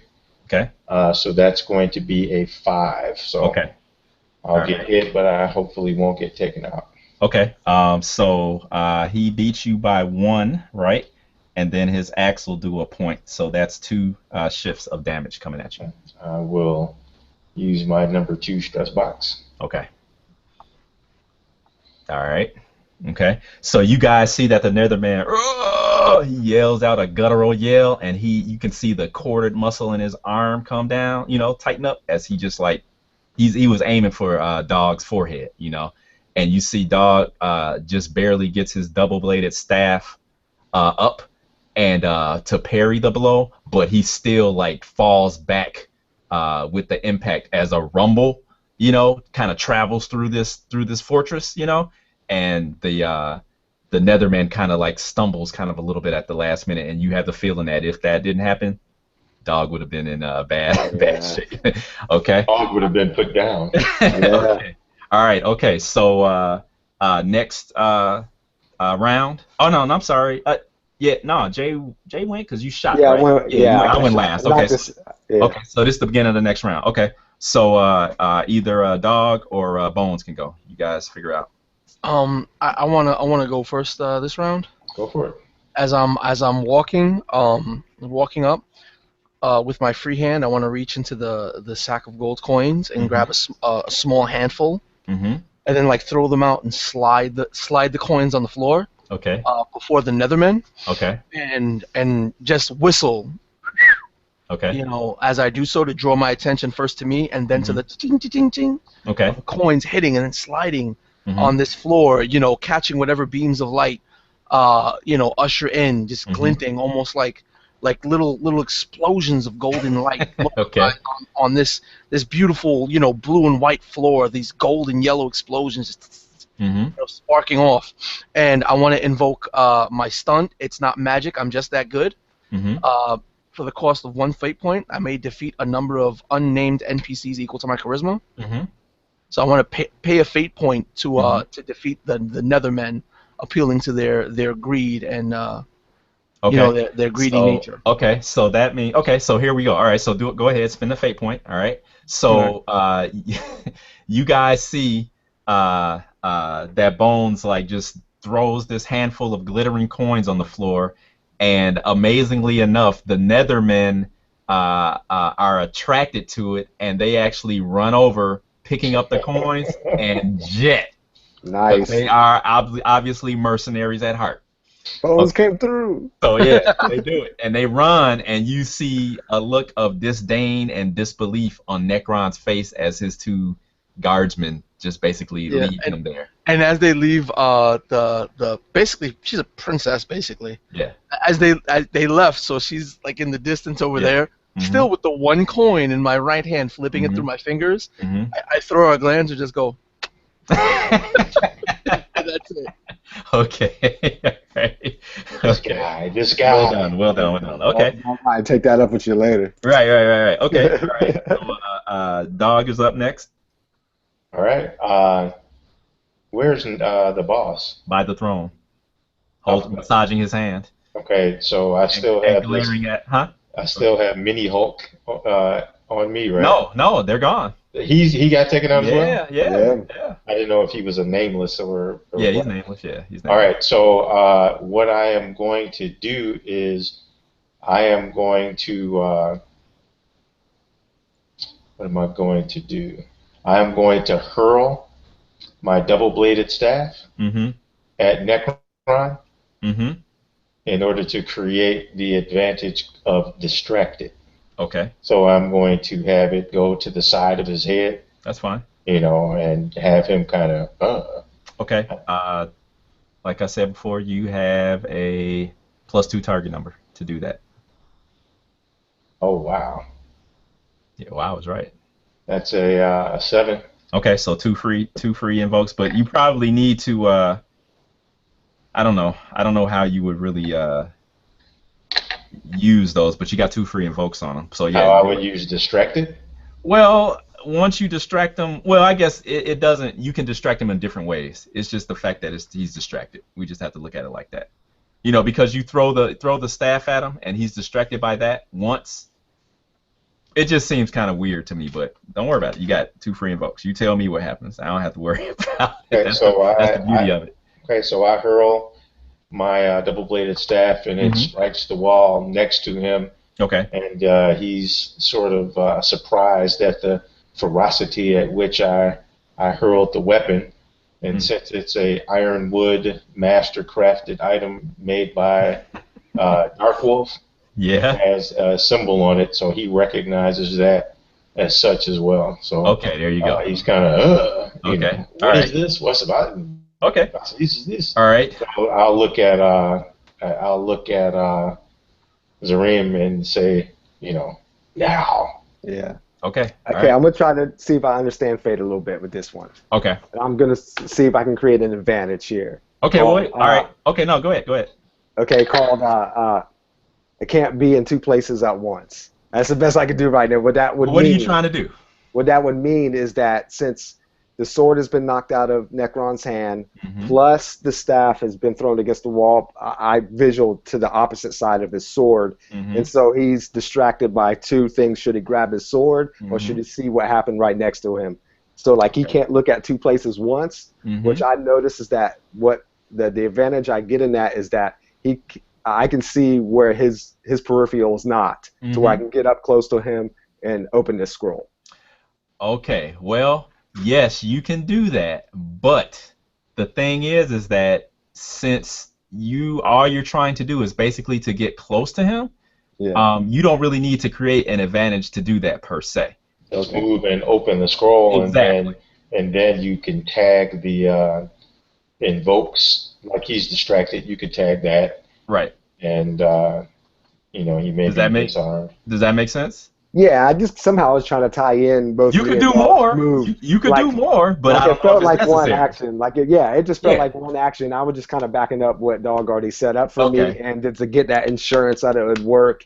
Because you got distracted and you have not a real threat still. I guess the advantage is that he stays distracted longer than a normal situation, is what it is. Just long enough for me to get there and open up. You do whatever it is that you're doing. Yeah. Add the invokes to get +2 per invoke to whatever it is that you're doing. Yeah, because he can't stop you from running down there and tearing the scroll open. But the way the advantages work is that after you roll and see what you roll, you may say, okay, I think I need a little bit more, bump to this, so I want to use this. Okay. Yeah, I just did it out of order. Yeah. See, I was so hyped on trying to create but that's what I said. Thing. You just got to talk it out and say what you want to do, and then we figure from there. So it's easy.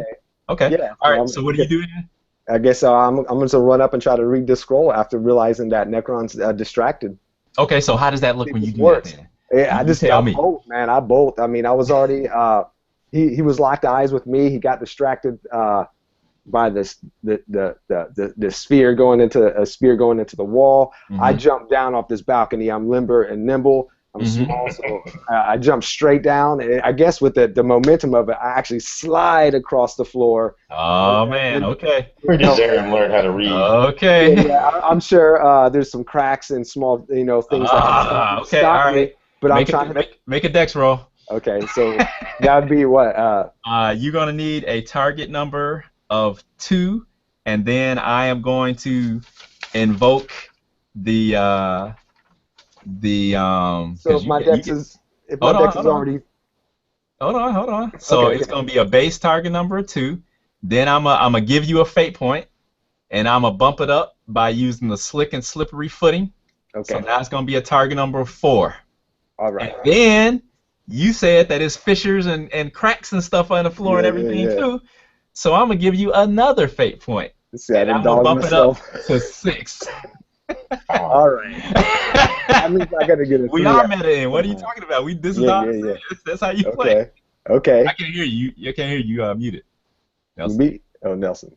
I thought he was saying. Oh, he might have been talking to somebody else. Okay. All right. Go All right, ahead. anyway, here we go. So target number is Oh, 6. so that's a 1, 2. a lot of target number. That is. So wait, what? 1, 2, 3, 4. Ooh, I guess yeah, 4. Catwalk, dex checks. I can keep my balance on that slip if I You can see kind of anything else that you if can use? if I can counter that slippery action by using catwalk and I get a +2 Walks and with Panthers. walk with Panthers with the Oh actual no, I stunt is see it. No, I catwalk. see the stunt. The stunt kicks in Yeah, automatically. Yep. So yeah. what does that So give you? that'll be wait 3, 4, 5, 6, right on the money. Okay, so that's a tie. Yep. Did Okay. you do dazed? I mean, distracted. He didn't use that yet. So yeah, use one of the distracted to get 2 more. If it calls for it, yeah, for sure. Okay. All right. So that's a free use. Okay. All right. So So do like you do it? that's 8 altogether, right? Okay. 6, So 7, 8. boom. Okay. So you Yeah. do it. So yeah, All I right. opened the scroll, not knowing what the hell to do with it though. I'm just opening it. So Okay. it's a blind chance right here. I'm up All next to right. the dude. My bow's put up. So you rip He's open ready this. to notice me, and I'm taking a chance opening nothing but a scroll. Reading Okay. some So you shit. rip open this scroll and break the mystic seal on it. Okay. Yeah. And you see that there's like an explosion of radiance. Mm. Okay.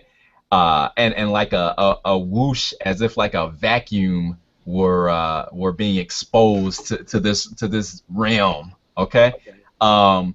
And when your eyes are able to refocus and everything, you guys see that standing before you with his arms up as if trying to block the radiance, from the scroll. You see that Nekron is now composed entirely of ice himself. Oh, Okay?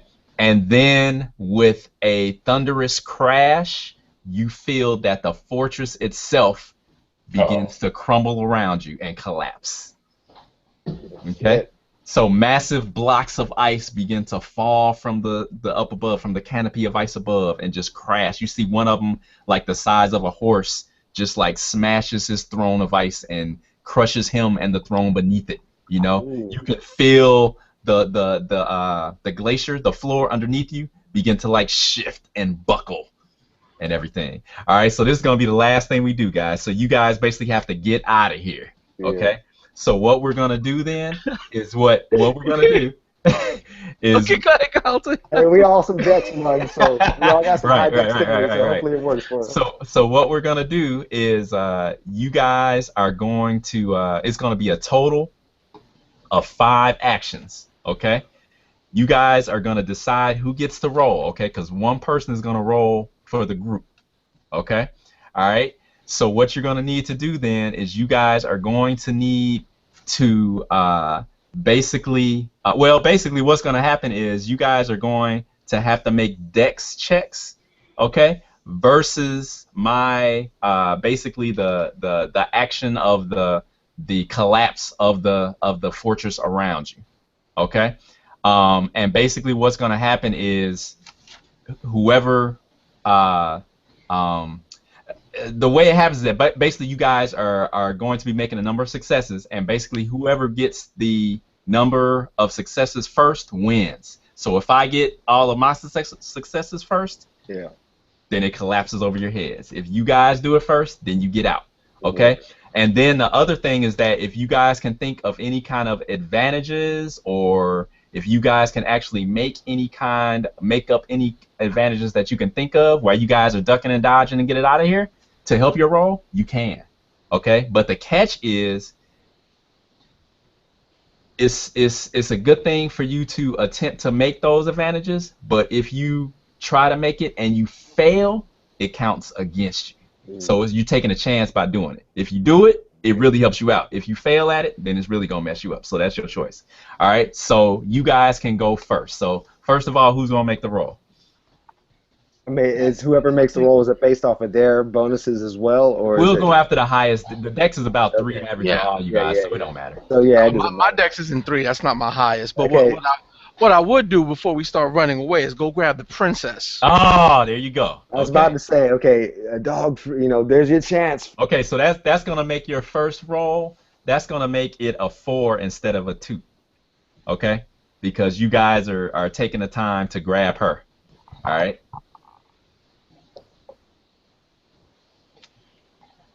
So who's gonna roll for us? I'll do it. I mean, I just think. Your dex is higher than mine, so it's not going to be me. I roll it if you want. Well, it's going to use whoever has the highest dex, I think. Right. It That's doesn't it. matter.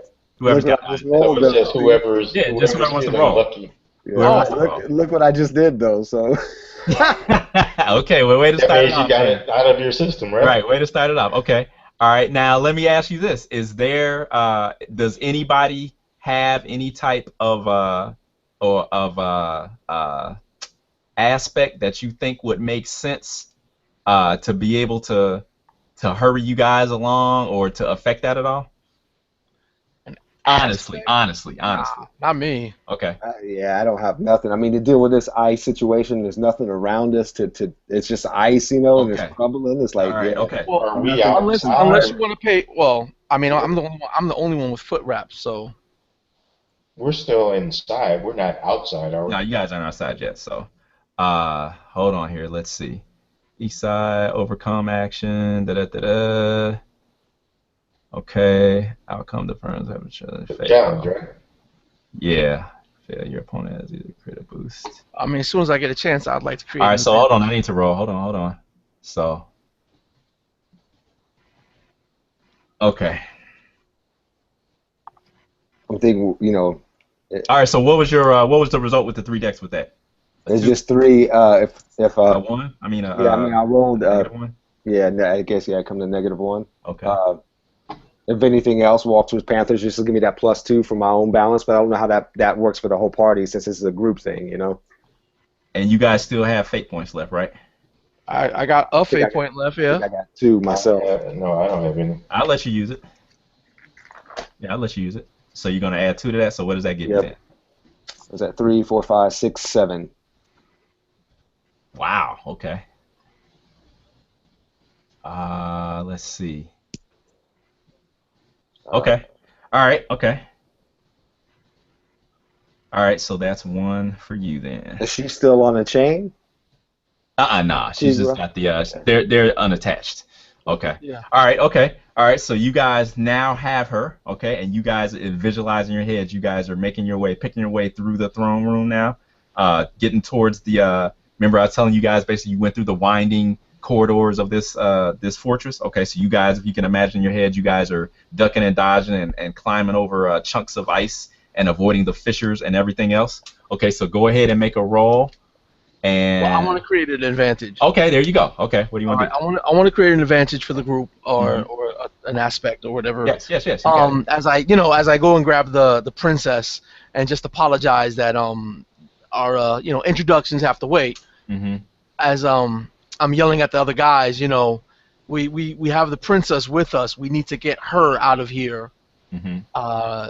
alive, to try to create the advantage. Precious cargo. Mm-hmm. All right. Okay. Your target number is 2. All right, and this would be I'm trying to use charisma for it. Okay. That makes sense. Yeah. Boom, done. We win. Okay. That That's success with style. Definitely, because I'm at 5 to that roll, so it's Okay. 8 All total. right. So Precious Cargo has 2 free invokes. Okay. Very good. Okay. And that is a group advantage. Yeah. Okay. All right. So who's rolling? Go ahead, James. You're next. We all roll. Oh, jeez. Oh, gosh, no.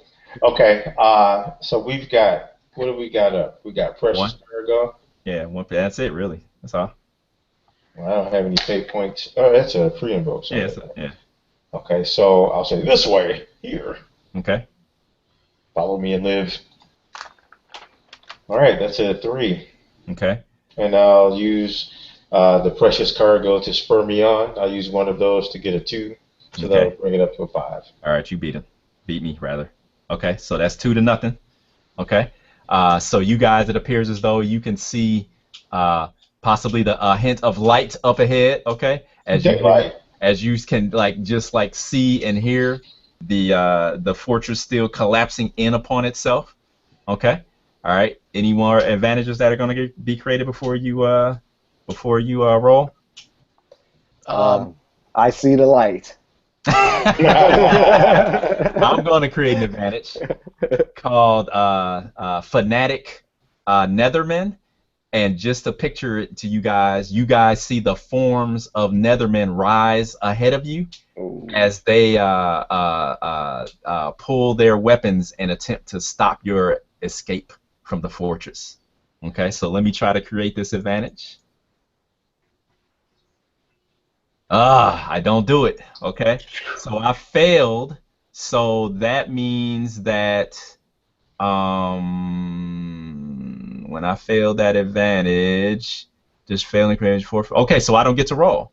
Okay, so you guys actually will actually win that round.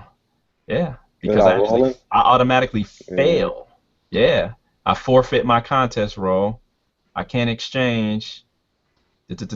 Yeah, so I mean, you still have to roll to get through the rest of this hallway, though. Yeah. But I don't catch up to you guys. You know, I ruined my chance. So okay, all right. So they're still picking up that gold on the floor. Okay, okay, all right. Okay, so you guys go ahead. You can decide what you want to do, and then somebody can roll again. So it's 3-0. I guess it's my turn then, right? Yep. Yes, sir. All right. So I got a 1 on the roll. Okay. All right. Let me roll then, and then you can say what you want to do, if anything.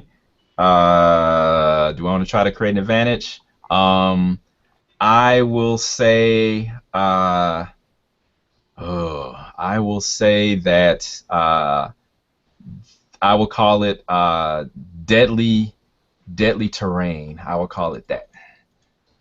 And see if Sky is falling. I can see if I can do that. Okay, there you go. That's just a regular success for me. So I have deadly terrain and 1 free invoke of that. Okay. All right, go ahead. And I still can roll because I created my advantage successfully. So let me roll. Okay, so I'm gonna use up that deadly terrain, and that's gonna give me a 3 total. Well, we succeed because we're going off of Zarum's dex, so that's a 4 total. Okay, you guys. Okay, all right. So you guys need 1 more. Wow. Okay. All right. Anything else? Any advantages? Nothing. We just rolling. All right. Who's rolling? Yeah, I'm ready to roll. Okay. Yeah. All right. Okay. I'll spend a fate point to use one of my aspects just in case.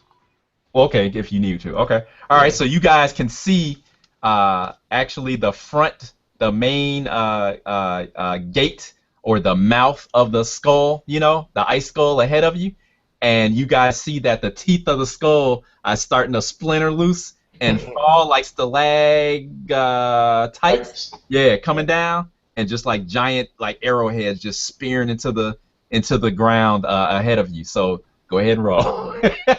You hear Zaren once again calling the sound of, this time this owl sound, go whoo whoo. Okay. Hooty hooty hoo. Okay.